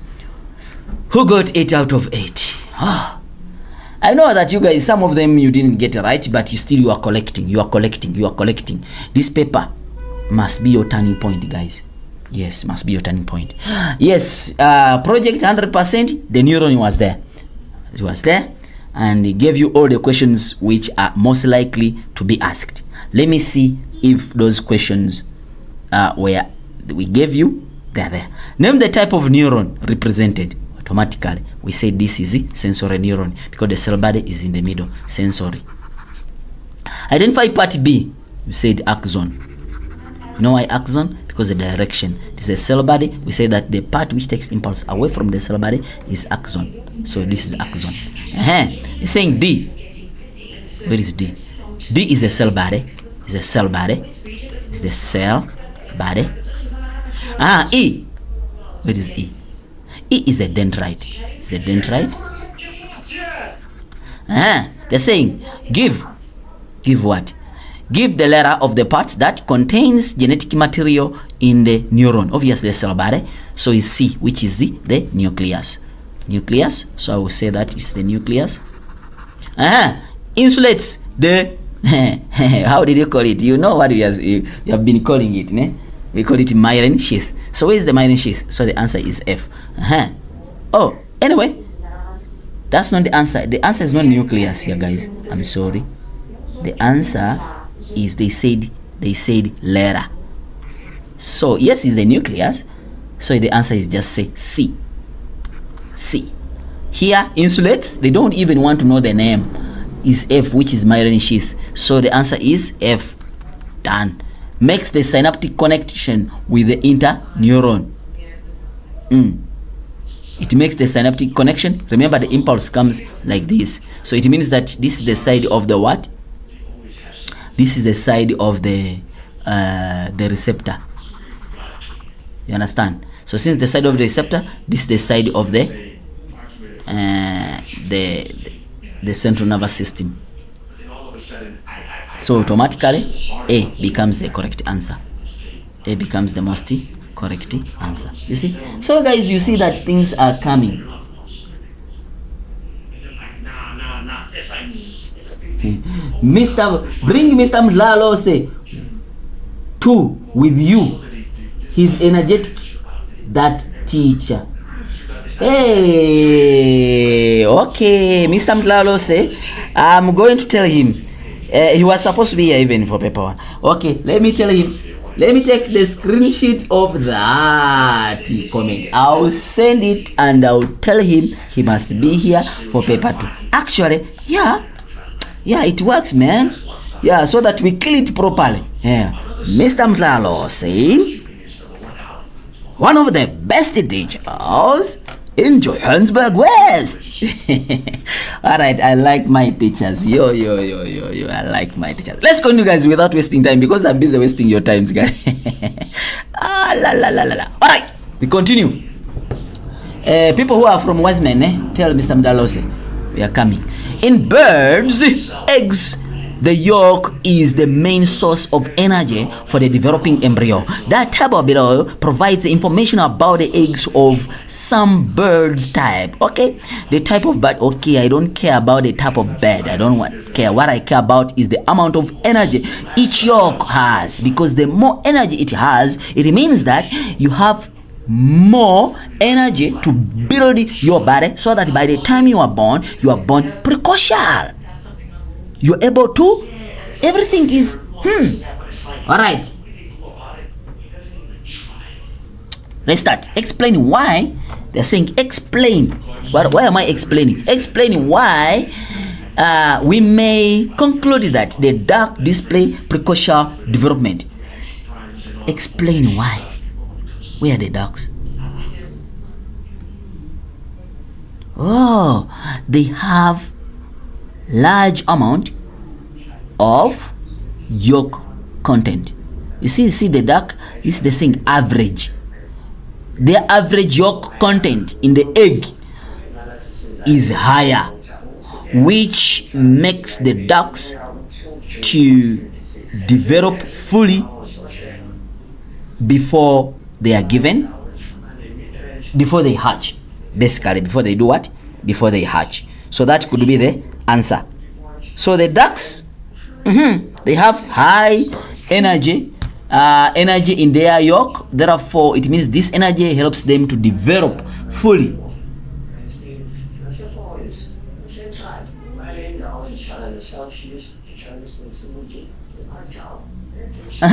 We continue. Name. So basically, it's about the energy. If the yolk has too much energy, it means that it has to develop fully.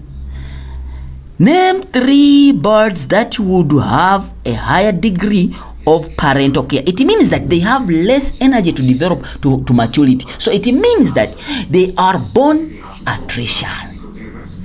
Hey, they are born what? attrition. So we come here, we look for the one which has the lowest amount of energy. It's 1, so it's the vulture. You write the vulture here, Mr. V.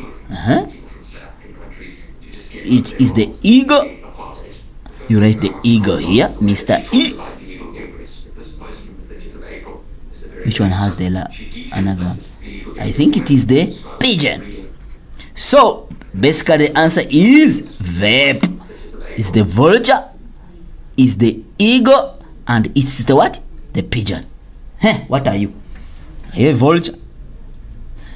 Alright, give a reason for your answer. Because they have the lowest amount of average, the lowest average yolk content in the egg. Their energy is less. Therefore, it cannot give the embryo to develop fully. So they will need parental care when they are developing. Alright. We got the next question. In the diagram below shows the part of the male reproductive system. What is A? Epididymis. What is B? Vas deferens. What is C? C? C is what? C is the obvious testis.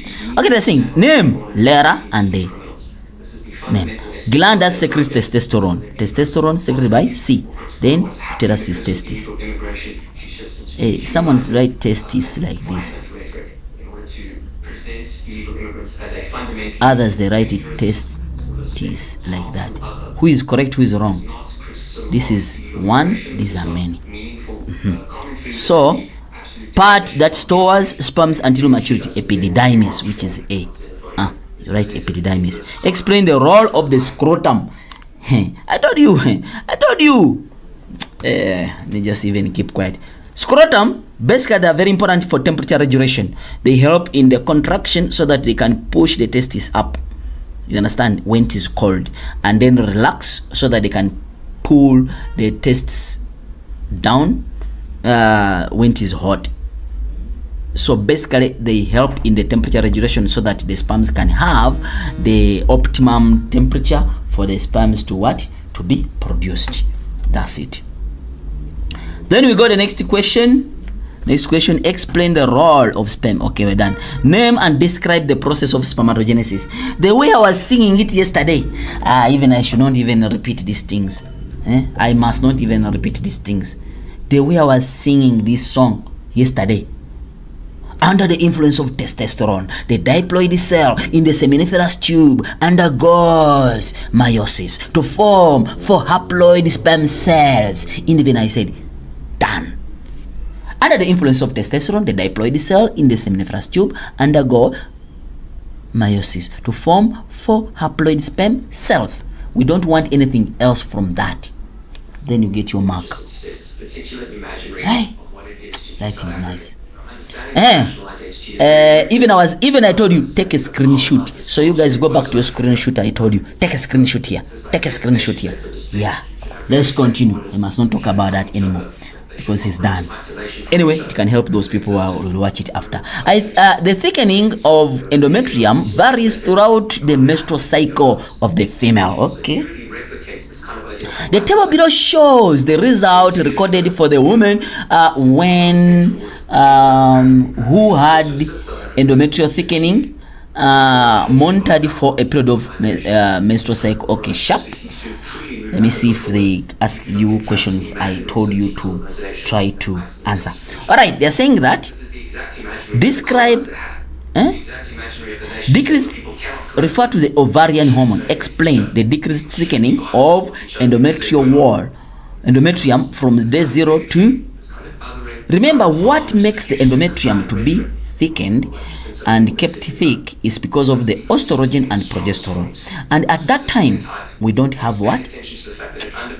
Let me do like this. I don't know whether I have it here. I don't know whether I have it here. Don't do that to me.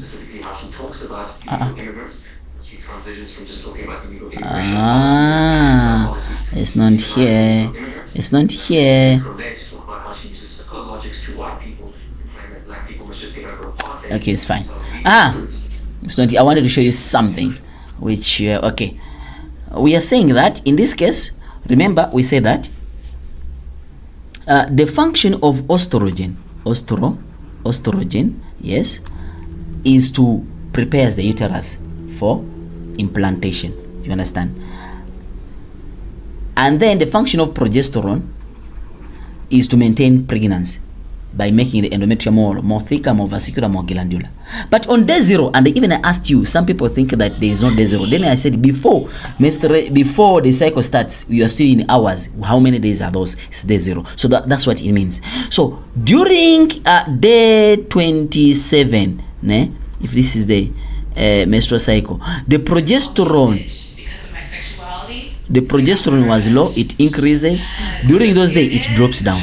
When it drops down, it means that the endometrium wall will all start what? To shrink.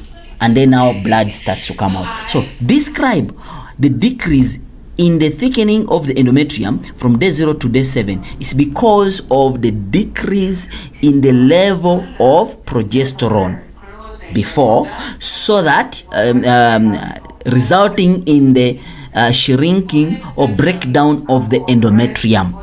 You understand? And then the thickening starts to what? To decrease. All right.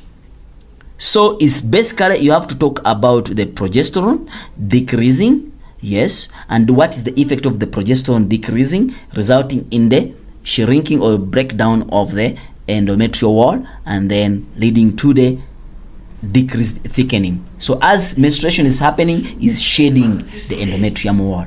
Yes. Increase in the thickening of endometrium from day 7 to day 14 is because the body there is developing Graafian follicle, which produce from day 7, the Graafian follicle starts to develop. You understand? Because of the increase in FSH. So the level of FSH increases, makes the Graafian follicle to increase or to develop. When it develops, we say that it starts to produce estrogen. So the estrogen will build this. So your answer must be linked to is because of there is increased production of or secretion of estrogen, which thickens the endometrium so that fertilization can happen. You understand? So estrogen for what? Estrogen for thickening of this endometrium, for preparing for this fertilization take place. Okay, describe the change in the endometrium wall, that cause it to become thicker. So here, what makes the endometrium wall to become thicker? It is describe the changes in the endometrium that cause it to become thicker. It's because of the more blood vessels, more blood which is being supplied, more cells starts to develop on the endometrium wall. So therefore, that's why he said that it becomes thicker, vascular and glandular, meaning that it starts to produce. So as more blood flows into the endometrium, so that's why he's saying that when you have a sponge, when you pour blood, when you pour water on the sponge, it starts to increase in size, thickens. So it's the same story here. So more blood will flow into the endometrium. You understand? And then the endometrium starts to become what? Thicker. Yes. State the significance of change of endometrial thickening described above. Why should it be thickened? It's preparing the uterus or this endometrium for implantation. That is the significance. Why should it increase? So that it's preparing for implantation. You can't get a wife when you have not prepared. You cannot get fertilization when you have not prepared where you're going to put the baby. You see? So we start preparing the babies from their mothers. The mother must start preparing. Imagine. You start preparing something which has not even happened. You don't know whether things are going to happen. You know, they don't know that people are using rubbers. All right. Draw a bar graph. You know, I saw people drawing previously in different papers, when they ask people draw a bar graph, you see someone drawing a histogram. Why? So in this case, remember, a bar graph is supposed to have spaces. You understand? It must have spaces. But this bar graphs, what did they say? Draw a bar graph of results in the table. It's simple then. This is X, this is Y, I, D. Independent, okay? This is gonna go on X axis, on Y axis. Then you draw your bar graph. So this one is gonna be the same: 7, 0, 7, 14, 21, 28. Then the scale. You have to have a proper also scale. Yes. Remember, these are days. These are what? These are days. You understand? These are days, so they remain unchanged. It's independent. It's like countries. But the scale here is very, very important. So it means that the 0 will go with the 14, the 7 will go with the 3, and then the 14 will go with the 5, and then 21 will go with the 13, like that. So the bar graph, you guys, I should not even take too much time in there. So it must have the caption. It must have the caption. It must be a bar graph. It must have the scale. The scale must be properly done. The x-axis and the y-axis must be also labeled properly. It must plot. You must have proper plotting. You must plot it properly, because there you get 2 marks. Someone is asking, what if I drew a histogram? No, don't stress. You lose 1 mark. You lose 1 mark as the type of graph. You drew a bar graph, a histogram instead of a bar graph. You lose 1 mark, and then the rest, if you did them correctly, you'll get them. Yeah. So not down the drain. Yeah, you still have the mark. You still have what? Mark. Maponga. Mapanga. All right. Let's go to the next question. The diagram below shows the difference in the diameter of the arterioles, and very small arterioles, those are the blood capillaries. Remember the question I asked you yesterday. The surface of the skin, they're saying the differences are due to the changes that occur during thermoregulation under different environmental conditions. Diagram Y shows the arterioles under normal. Okay. Diagram Y shows, okay, sharp. Name the type of brain that, name the part of the brain that controls thermoregulation. That was the first question I asked you when we are here, and then I say that it's hypothalamus. They're saying that give the letter of the diagram representing the arterioles on cold day. Cold day, remember we say that when it's cold it constricts, when it's hot it dilates. So cold day is going to become X. So X becomes the cold day. Explain the significance of the changes in the diameter of the arterioles from the normal condition to the condition in Z. Where is it? Normal to. Explain the significance of changes in the diameter of the arterioles. Explain the significance of the changes in the diameter of the arterioles from the normal condition. Okay, this normal condition to Z. It means that now this time is hot, so I need to release some of the heat. So it means that it's gonna the diameter has widened. That's point number 1, which we call vasodilation. That's point number 2. It allows more blood to flow near the skin. That's point number 3. You understand? Then this leads to more heat loss to the surrounding. That is point number 4. So we need to know that this is vasodilation. What causes it to be vasodilation is because of the diameter of the pupil, the diameter of the blood vessel, the lumen basically has dilated, has widened. then you need to tell us when it widens, what is the cause, what is the function. More blood will flow near the skin. Okay, right. Then after that, more heat is gonna be lost to the surrounding, and then this will help you in cooling off the body. And the question was saying that, the question I gave you, it was saying that please make sure that you go when you know how to describe thermal regulation in hot day. Yes, so now you understand why I was telling you that, so that at least you know that you have the ideas. We continue. So guys, we must prepare for paper today. They're saying that describe ISS, describe the condition where children have normal birth height, but grow slowly and do not reach the expected height for their age group. Okay, this condition is not malnutrition or different lifestyles. Okay, the scientists investigated the effect of hormone on, all right, the procedure as followed. The quantity was obtained on the parent group on, yeah, okay.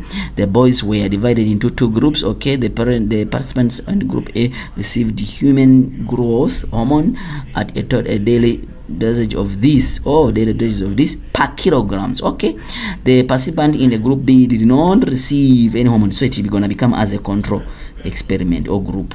They're saying that the height of the participants was measured and recorded monthly until each participant reached age of 18. All right, we continue.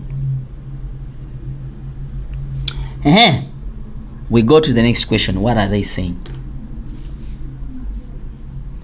They're saying that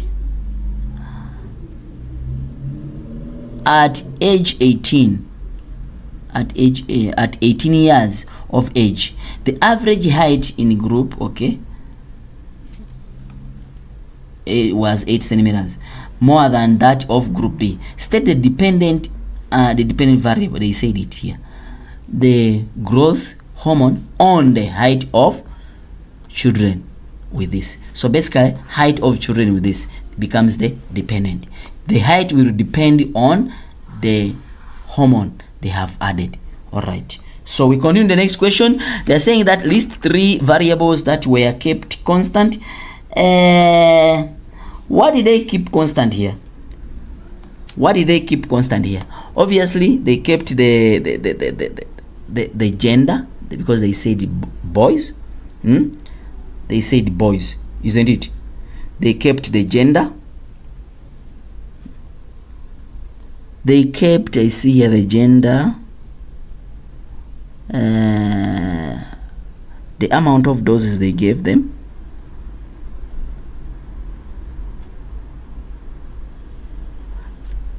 what age did they give? They give them 18. So basically they kept the age of the participants at the start of the investigation. I think that's one. Then when I see that they kept the gender of the participant. How many times did they measure it? They say the height of the participant was measured and recorded monthly. So it means that they kept the frequency of times, the frequency of height measurement. Like how many times they measure it. It means that they measured the height monthly. They were not passing it, or in a month they were not measuring it 2 times. No. So it means it's also was kept constant, or any other which you think that is correct. Yeah. Explain the purpose of group B in the investigation. Yeah, we talked about it. Is acting as a control experiment to compare the results. They're saying that calculate the daily amount added to human growth hormone that was given to a boy with mass of 25 kg. Show your working. This one was, they brought this question. Which province was that? I think it was Gauteng, similar question. Okay, they're saying that each kg is 0.8. So it means that it's gonna be 0.028 milligrams per kg. They said per kg. So how many kgs do we have? 25. So times 25. So the answer becomes, I don't know,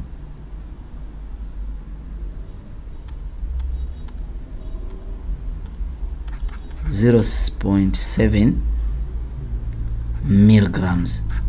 Yes, calorie amount of, meaning that this is what they gave them. This person who is 25 kg was given 0.7 milligrams per day. Is it per day? Was it per day? Milligrams daily. Yes, per day. Conclude. Give the conclusion. Give the conclusion of this investigation. It shows that the people who are given the medication, they did grow. So the addition of human growth hormone increases the height of the children with the ISS. The addition of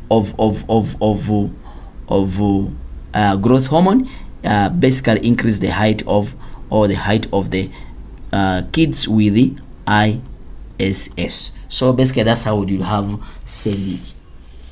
Someone saying Max gone. Where is going? 0.7 G. Alright, I hope you guys got it. You got it, né? But remember, always units are very important. I don't know how they will mark it, but that's it. Let's go to question number 3. Oh, who got 50 out of 50? Okay, who got 30? You know, we believe others, né? 35 out of 50, because they, I think, yeah, at least if you have 35 and above, at least, yeah. Let's go to the eye, because we talked about the eye. They're saying that what is A? A is aqueous humor, B is the pupil, C is the what? The iris. Identify A, B, C. We are done with that. Describe the appearance of the cornea on the appearance of the cornea of the eye with astigmatism. The appearance of the cornea with remember, it is the cornea, the person with astigmatism. We said yesterday that you have uneven distribution of the cornea. The cornea is unevenly distributed, meaning the thickening is not the same. Then they are saying that explain how astigmatism affect the vision. Because of uneven distribution of the cornea will result in the light rays being distorted. You understand? Like the rays are not entering properly. They are going to different direction, resulting in the formation of multiple images. Which makes the person to see a braille what? To have a braille what? Vision. So you're going to have a braille vision. You're going to have multiple images which are being formed there. Meaning that you don't have a sharp, meaning that the light will not fall on the yellow spot only. It will form different parts of the what? Yeah, it will form different parts of the retina. And then yes, since it is not one image, because it's multiple, so it means that you will not be able to see properly. And I gave you an example of a mirror, and I say that when you are looking into yourself in the mirror, one image. Nice. But when you break the mirror, you see multiple images. You don't know which one to focus on. So that's what exactly happens. How do you treat this? We can treat it by laser therapy, or we can use contact lenses. Yes. So that's it. Brain. What did we talk about the brain?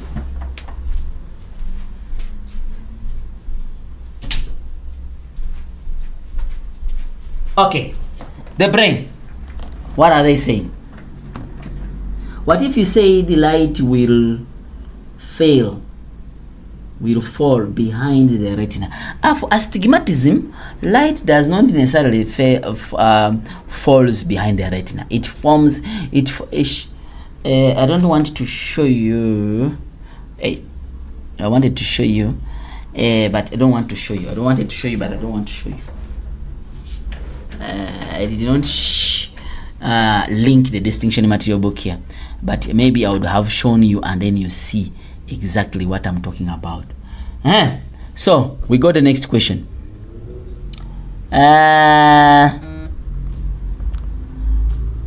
Name the branch of the nervous system shown above. Branch, I see the brain and spinal cord. Obviously, it's central nervous system. Done.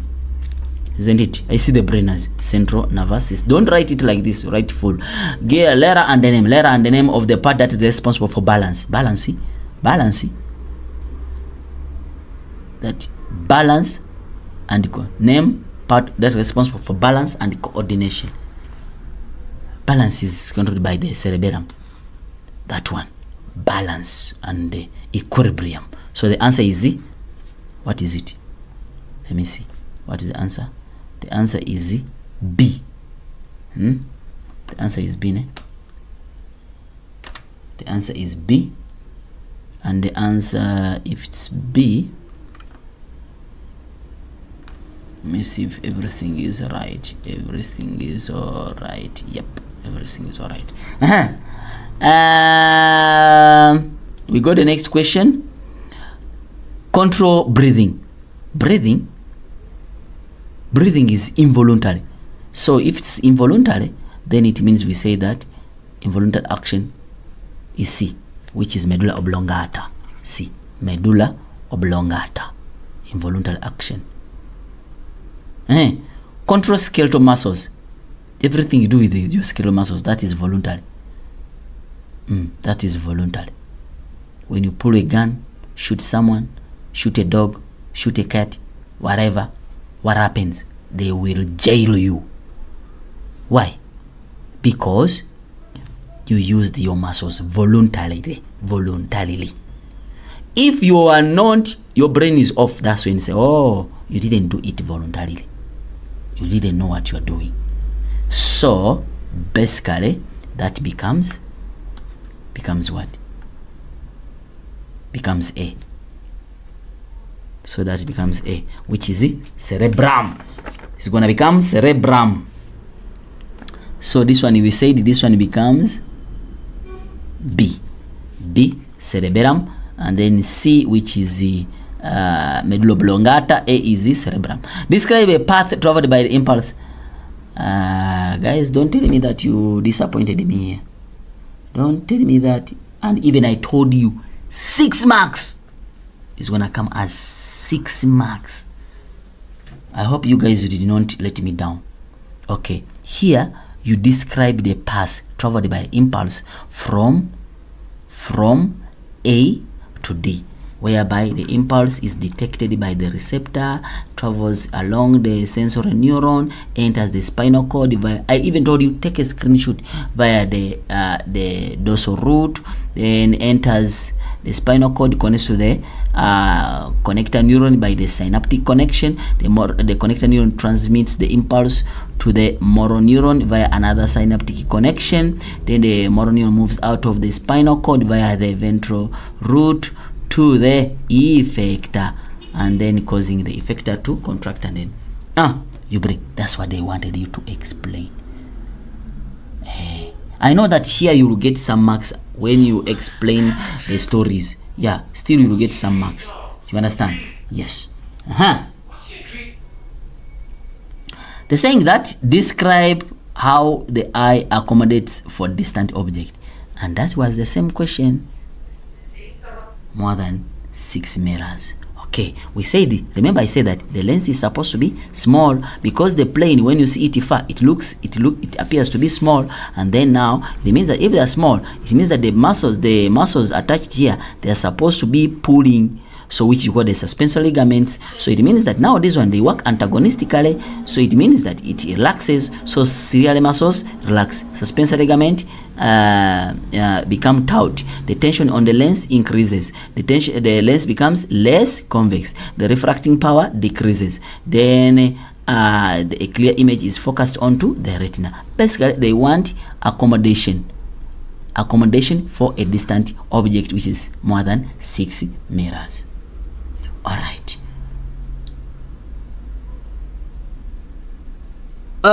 We continue. The ear. Let's see what we talked about the ear. Yeah. A, pinna. B. What is B? Is the ossicles.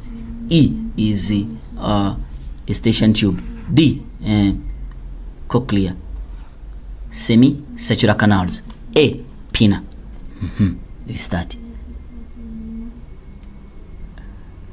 So A and B, we are done. Give the letter of the parts that are normally filled with the fluid. They said normally. There are other parts which are filled with the fluid, but it's not normal. For example, if you have middle ear infection, we say that middle ear infection is when the middle ear is filled with the fluid due to what? Due to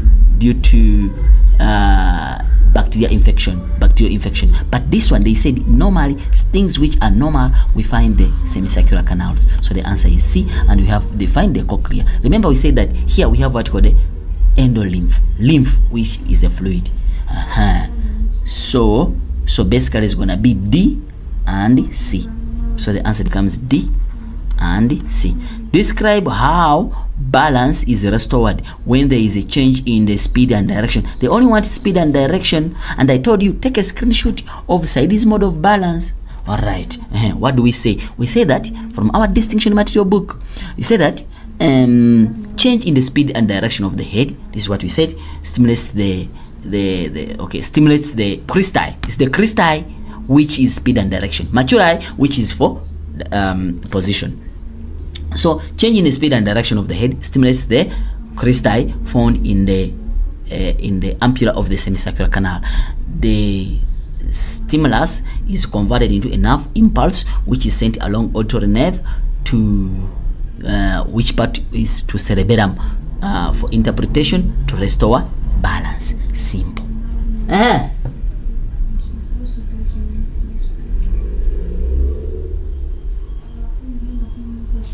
What if you said suspensory ligament contract? Guys, I said yesterday that don't use the word tight, because don't use the word contract. We use the word tight, tighten, or taut, because they don't contract. It is the other ciliary muscles which contract and relax. I explained it even when I was teaching, but now I can't explain because we are looking for the answers now. Then they are saying that when a person is exposed to loud noise, okay, let me hear about your loud noise. By the damage to their hair cells in the organ of Corti, the cells cannot be repaired when damaged. Okay.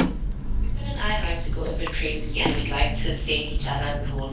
Placing earplugs in the auditory canal can prevent the damage to their hair cells. Okay. Explain the damage to the hair cells in the organ of Corti that can lead to hearing loss. Explain the damage. Explain how the damage in the hair cell in the organ of Corti can lead to the hearing loss. Obviously, if you damage the hair cell, it means that the vibration, which is the stimulus, will not be converted into a nerve impulse. The vibration or the stimulus of vibration will not be converted into a nerve impulse, meaning that damage. If it is completely damaged, it means that you will have less. If it is completely damaged, the vibration will not be converted. You understand? They said hearing loss, not complete deafness. So you'll be here, but you'll be having some loss of, meaning that less stimulus will be converted into a nerve impulse, yes, or less vibration will be converted into a nerve impulse. You understand? Which is sent to the what? Meaning that less will be sent to the hearing. Hearing is a sensation. To cerebrum, less will be sent to cerebrum. You understand? And then it means that you're gonna have to be with hearing loss. Less vibration will be converted into a nerve impulse. Less impulse will be sent to cerebrum for interpretation, leading to hearing loss. So basically that's it. Then they're saying that ear plugs can prevent damage to the hair cells in the organ of Corti. Explain how. Basically, first of all, it reduces noise. So there will be noise reduction. Number 2, you can talk about protection of the hair cells, because there will be less vibration going to the ear. Then you can also talk about so it protects the cells. You can also talk about maybe reduction in the damage of the cells due to I said, first of all, you can talk about noise reduction has been reduced. You can talk about the protection of the what? The hair cells. You can talk about the reduce in the damage of the cells. It reduces the damaging of the cells. Maybe let me say like this: damaging of the cells due to overstimulation. Because if they're overstimulated, it means that they are going to become a problem. So that's what it means. We got the next question. The graph below shows the insulin level of the 3 people over 24-year period, 23-hour period, where they were treated as person A, healthy person, who receives no treatment. Person B with the diabetes mellitus, with someone saying no stimulus. The word of no stimulus, I'm not so sure if they will give you a mark, but they might give you, but because they said hearing loss, so it means that it could be less. Okay, if you use less, you get less. If you use no hearing loss, no conversion, it must be no. It must be no throughout, or less conversion, less stimulus, less impulses sent, hearing loss. You understand? Or no. Okay, we continue. Is the last question. All right, let's see. Then they are saying person B, a person with diabetes mellitus who received rapid acting insulin injection before each meal. You understand? Then they are saying the person with diabetes mellitus who received daily injections. So this one received daily what? Injections. All right, let's see what are they saying. Here you have the graph of the people who are doing the insulin stuff. They are doing what? The insulin stuff. Person A, we see here a problem that is always down. So it means that this person won't have energy. This person won't have energy during that time. Imagine if you have not eaten. So it's going to become a problem. And then this one is always constant, meaning that you must have to be sometimes high, sometimes low. Okay, name the organ that secretes insulin. We said what? Pancreas. State the number of meals were eaten in 23 hours. It's the first meal, second meal, third meal, 3 meals. They're saying that tabulate difference between long-acting insulin treatment and rapid-acting insulin treatment over a period of 23 hours. If you are looking at the timing, look at the timing. When did they inject them? For long-acting, you see, which one is long-acting?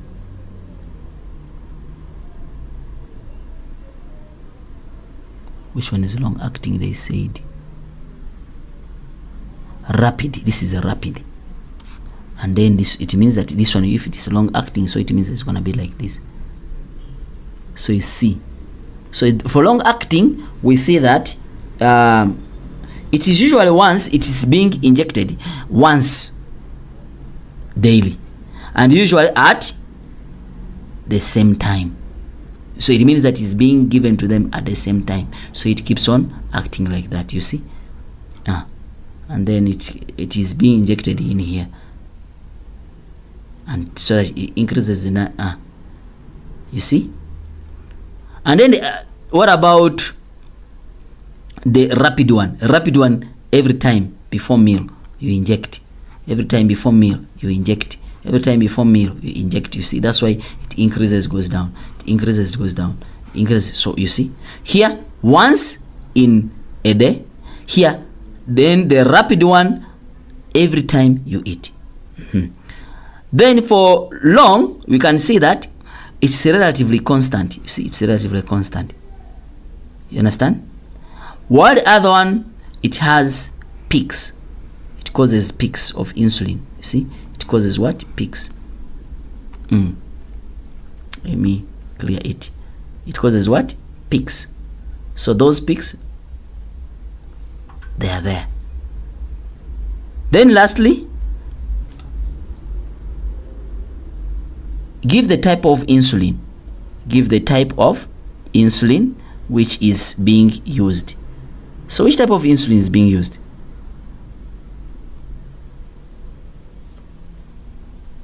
Name the type of insulin treatment that is similar to the insulin secretion in a healthy person. So do you think it is the one for long, or it's this one? So the answer is the rapid acting insulin. That's how it looks like. It's this one. The rapid acting insulin. The rapid acting insulin. And then explain why the person B may experience lack of energy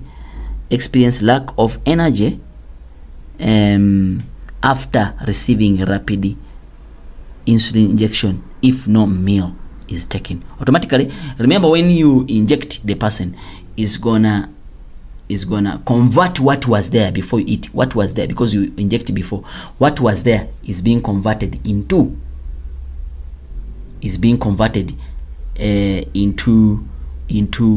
glycogen, and then now you're gonna be there without energy. That's why you see that even it goes below, and then after that you inject, then after that it goes below. So it means that this person will not have energy, because the energy, the glucose which was there, has been converted into glycogen. Yes. Oh, it's done. I hope, guys, you got 130, at least 130 out of 150. Thank you so much, guys, for using the distinction material book. Those who don't know about the distinction material book, you access it through join the link. When there is a button just below your video, it says join. You join there. That's where you can access it, guys. Our project 100% was number one. Thank you so much. At least in our project 100% plus or minus, the percentage I wrote there was 95%. I hope it was correct.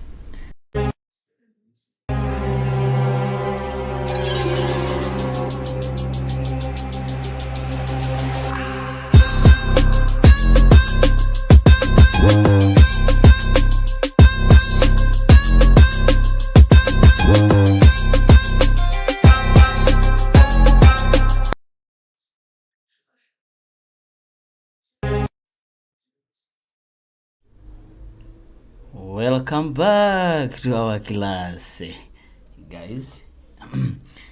I'm very happy that you managed to write your paper 1. And at this juncture, we'll be talking about the proposed memorandum. And we see how much did we manage to score, so that we are able to see how much do we supposed to put in, and then we are able to collect our distinction. It is MSID. I always tell you that those people who study with us, with Thunder Duke, you will never regret. So I know that yesterday I gave you what called a scope. I will not call it a prediction. I said a scope for the journey for 100% pass rate. And I think our questions we gave you, they were, you guys, you know what I'm talking about. Anyway, let's start without wasting time. Thank you so much, guys. I see you people are online. Yes, I see you. Okay, let's shoot, and then we see what did we expect from you. Actually, when I look at all the questions we talked about, questions are here. I expect you to get all the marks. Let's continue. The first question. The hormone that prepares the body for emergency, we said what? We said that hormone is called adrenaline. They said it, yes, properly yesterday. So which one of the following is the function of a placenta? The function of a placenta, we say that, make sure you know the functions of the placenta. I say that those processes which happens in your body. Excretion, correct. Nutrition, correct. Gaseous exchange, yes, correct. Protection, yes, the placenta protects but doesn't protect against mechanical injury, so out. So nutrition, correct. Temperature regulation,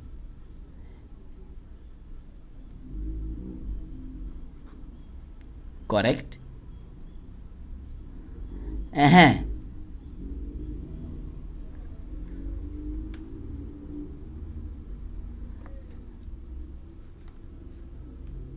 Temperature regulation, correct. What's happening here?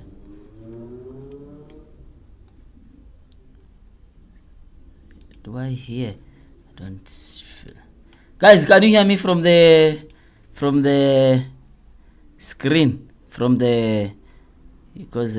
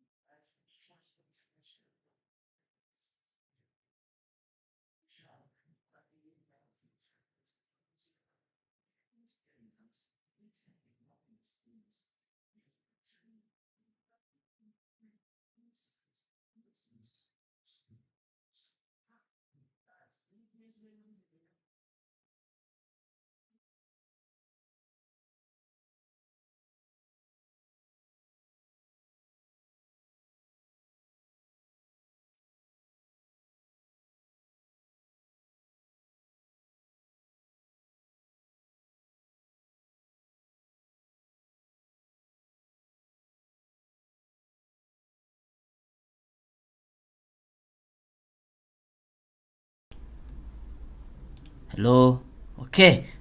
I think now it's fine. Sir, you are no okay. All right. I think yeah, it's getting it properly. Oh, I thought that you were not hearing me. All right. As I was saying that, the first question was saying that which one? The first question was saying that the various option. Okay, the hormone that prepares the body for emergency. We said it is. It is which one? The hormone that prepares the body for emergency is adrenaline. So we said it. All right. Then they are saying that which one of the following are functions of a placenta? Functions of what? Of a placenta. So, do we have excretion, nutrition, gaseous exchange, and protection against mechanical injury? We say this is out. They say that nutrition, yes. Temperature regulation,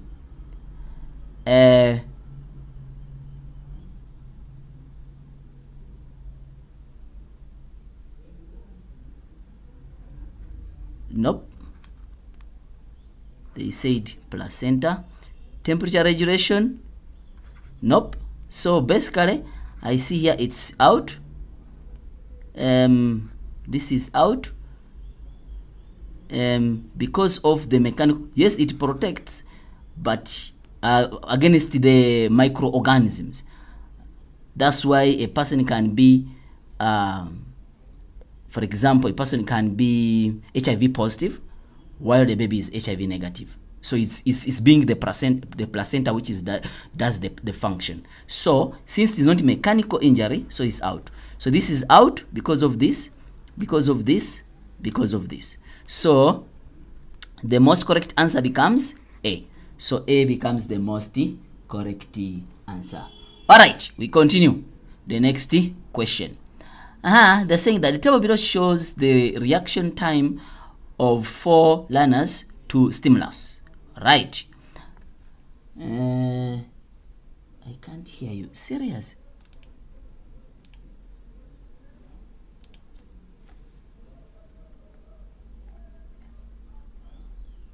Okay. I hope you guys were hearing me, because people are telling me I'm not hearing you. What? I hope you're hearing me now. All right, they're saying that the table below shows the reaction time of 4 learners to a stimulus. So we have the first one. You have this, you have this, you have this. Okay, which one of the following learners demonstrate the fastest response to the stimulus? Fastest. It means that you're supposed to have the shortest time recorded. It means that you are the fastest. Because if you take long time, it means that you have low reaction time. You understand? So if you are very fast, it means that you have the faster reaction time. So the fastest is this. So the answer becomes D. We go to 1.1.4. A high level of thyroxine in the blood stimulates. If you have too much thyroxine, we will stimulate the pituitary gland to secrete less TSH. You understand? Yes. Why do we have to be with less TSH? Because we have a lot of thyroxine. If it was less, then TSH would have been too much, so that more thyroxine is being produced. So the answer, the most correct answer here becomes A. Then we got the next question. I hope you guys, you answered this correct. Which one of the following is the correct for normal? They say the normal pregnancy. They say site for fertilization is supposed to be fallopian tube, which is P. So wherever there is P is correct, could be correct, this and this. So automatically this is out, this is out. Then site for implantation should be the endometrium, which is Q. So the answer is supposed to be C. C becomes the most correct answer. We got the next question. Which part does zygote develop into a morula? Which part does the zygote develop into a morula? Remember, even if it is, you have a cell like this, you have 4 cells. It is becoming a morula. We call it an protected morula. And morula is formed when, because there's the moment fertilization takes place here, it moves as it divides. You understand? It moves as it divides. It moves as it divides. So here is the morula. You understand? This point, the morula. So as it reaches here, from this point here, it becomes a blastula. You understand? So now the blastula becomes, since they're asking about the morula, so it's supposed to be P, because it's the fallopian tube. That's where the morula is developing from. I think you guys, you did this question yesterday. Yes. Don't want to refer them to you. Good. So the answer becomes, where is P? D becomes the most correct answer. They're saying that which the following list is the following is a list of male reproductive parts. Okay, male. Those are organs. Glands. Which of the following combination is responsible for formation of semen? Automatically it's supposed to be these 3 plus the sperms. But the sperms are not involved there. Urethra is just a part where these things are passing from. So it's supposed to be 1, 2, and 4. 1, 2, and 4. So B becomes the most correct answer. Hey guys, how are you? How are you there? Sperm. Told you sperm yesterday. And then we talked about the function of the acrosome. Okay. The part is not structurally suited. You remember? How is the sperm adapted to its for fertilization? That's what we talked about. That was the question. So now they're asking you, how it will not be structurally suited for fertilization? Because of all right, absence of the nucleus to provide genetic material. Absence of, this sperm has a nucleus, so it can't be. Absence of acrosome to improve motility. Yes, absence of acrosome, the acrosome is not there, but acrosome is not for mortality, so it's out. Presence of long tail, how is that related? We say that when you're talking about fertilization, oh, multi. Okay, cool. When the sperm has a tail, how will it be able to do what? To do what? How will it be able? Presence of long tail for movement. This one, it's for movement. Okay. And then absence of mitochondria to provide the energy. But the question is saying structure for fertilization. Parts which are involved for fertilization, what is it? What is the part which is involved in the fertilization process? So in this case, we're going to have to look at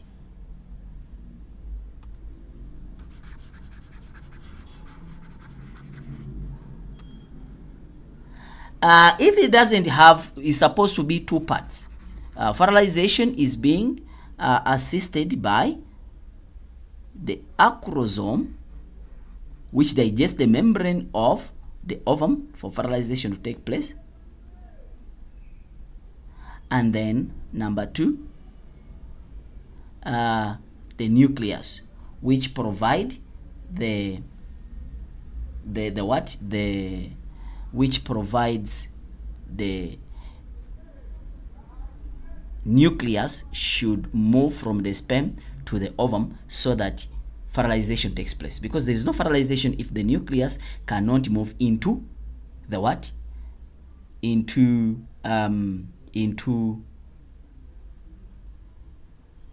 the nucleus of the ovum. So that's what it means. So then it means that since you don't have the teeth, you cannot bite. You understand? Here the nucleus is there, but the acrosome is not there. So in this case, the most correct answer is B. So B becomes the most correct answer. Why? Because there is no acrosome which can aid it to digest the membrane of the ovum. But the motility brings about the healthiness of a sperm. So if the sperm has no acrosome, so basically its motility is not there. You understand? Yes, it means that it becomes unhealthy. So it's regarded as unhealthy sperm. It's like as good as dead. Yes, that's what it means. So B becomes the most correct answer. Someone is saying that, sir, don't you think it's D? Someone says, isn't it D? D, the tail and the middle piece, they are not linked to fertilization. The middle piece and the tail, they are linked to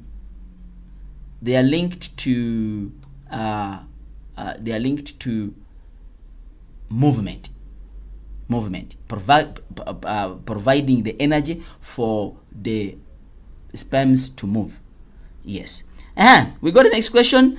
The following is a list of growth response in plants.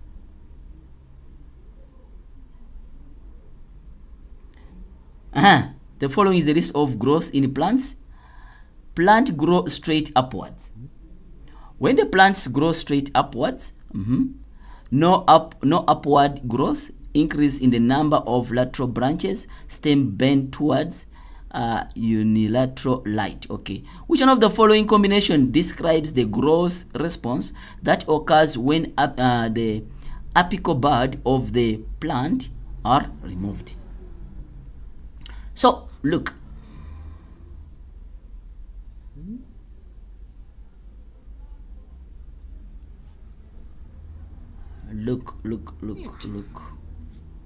when you cut this, yes,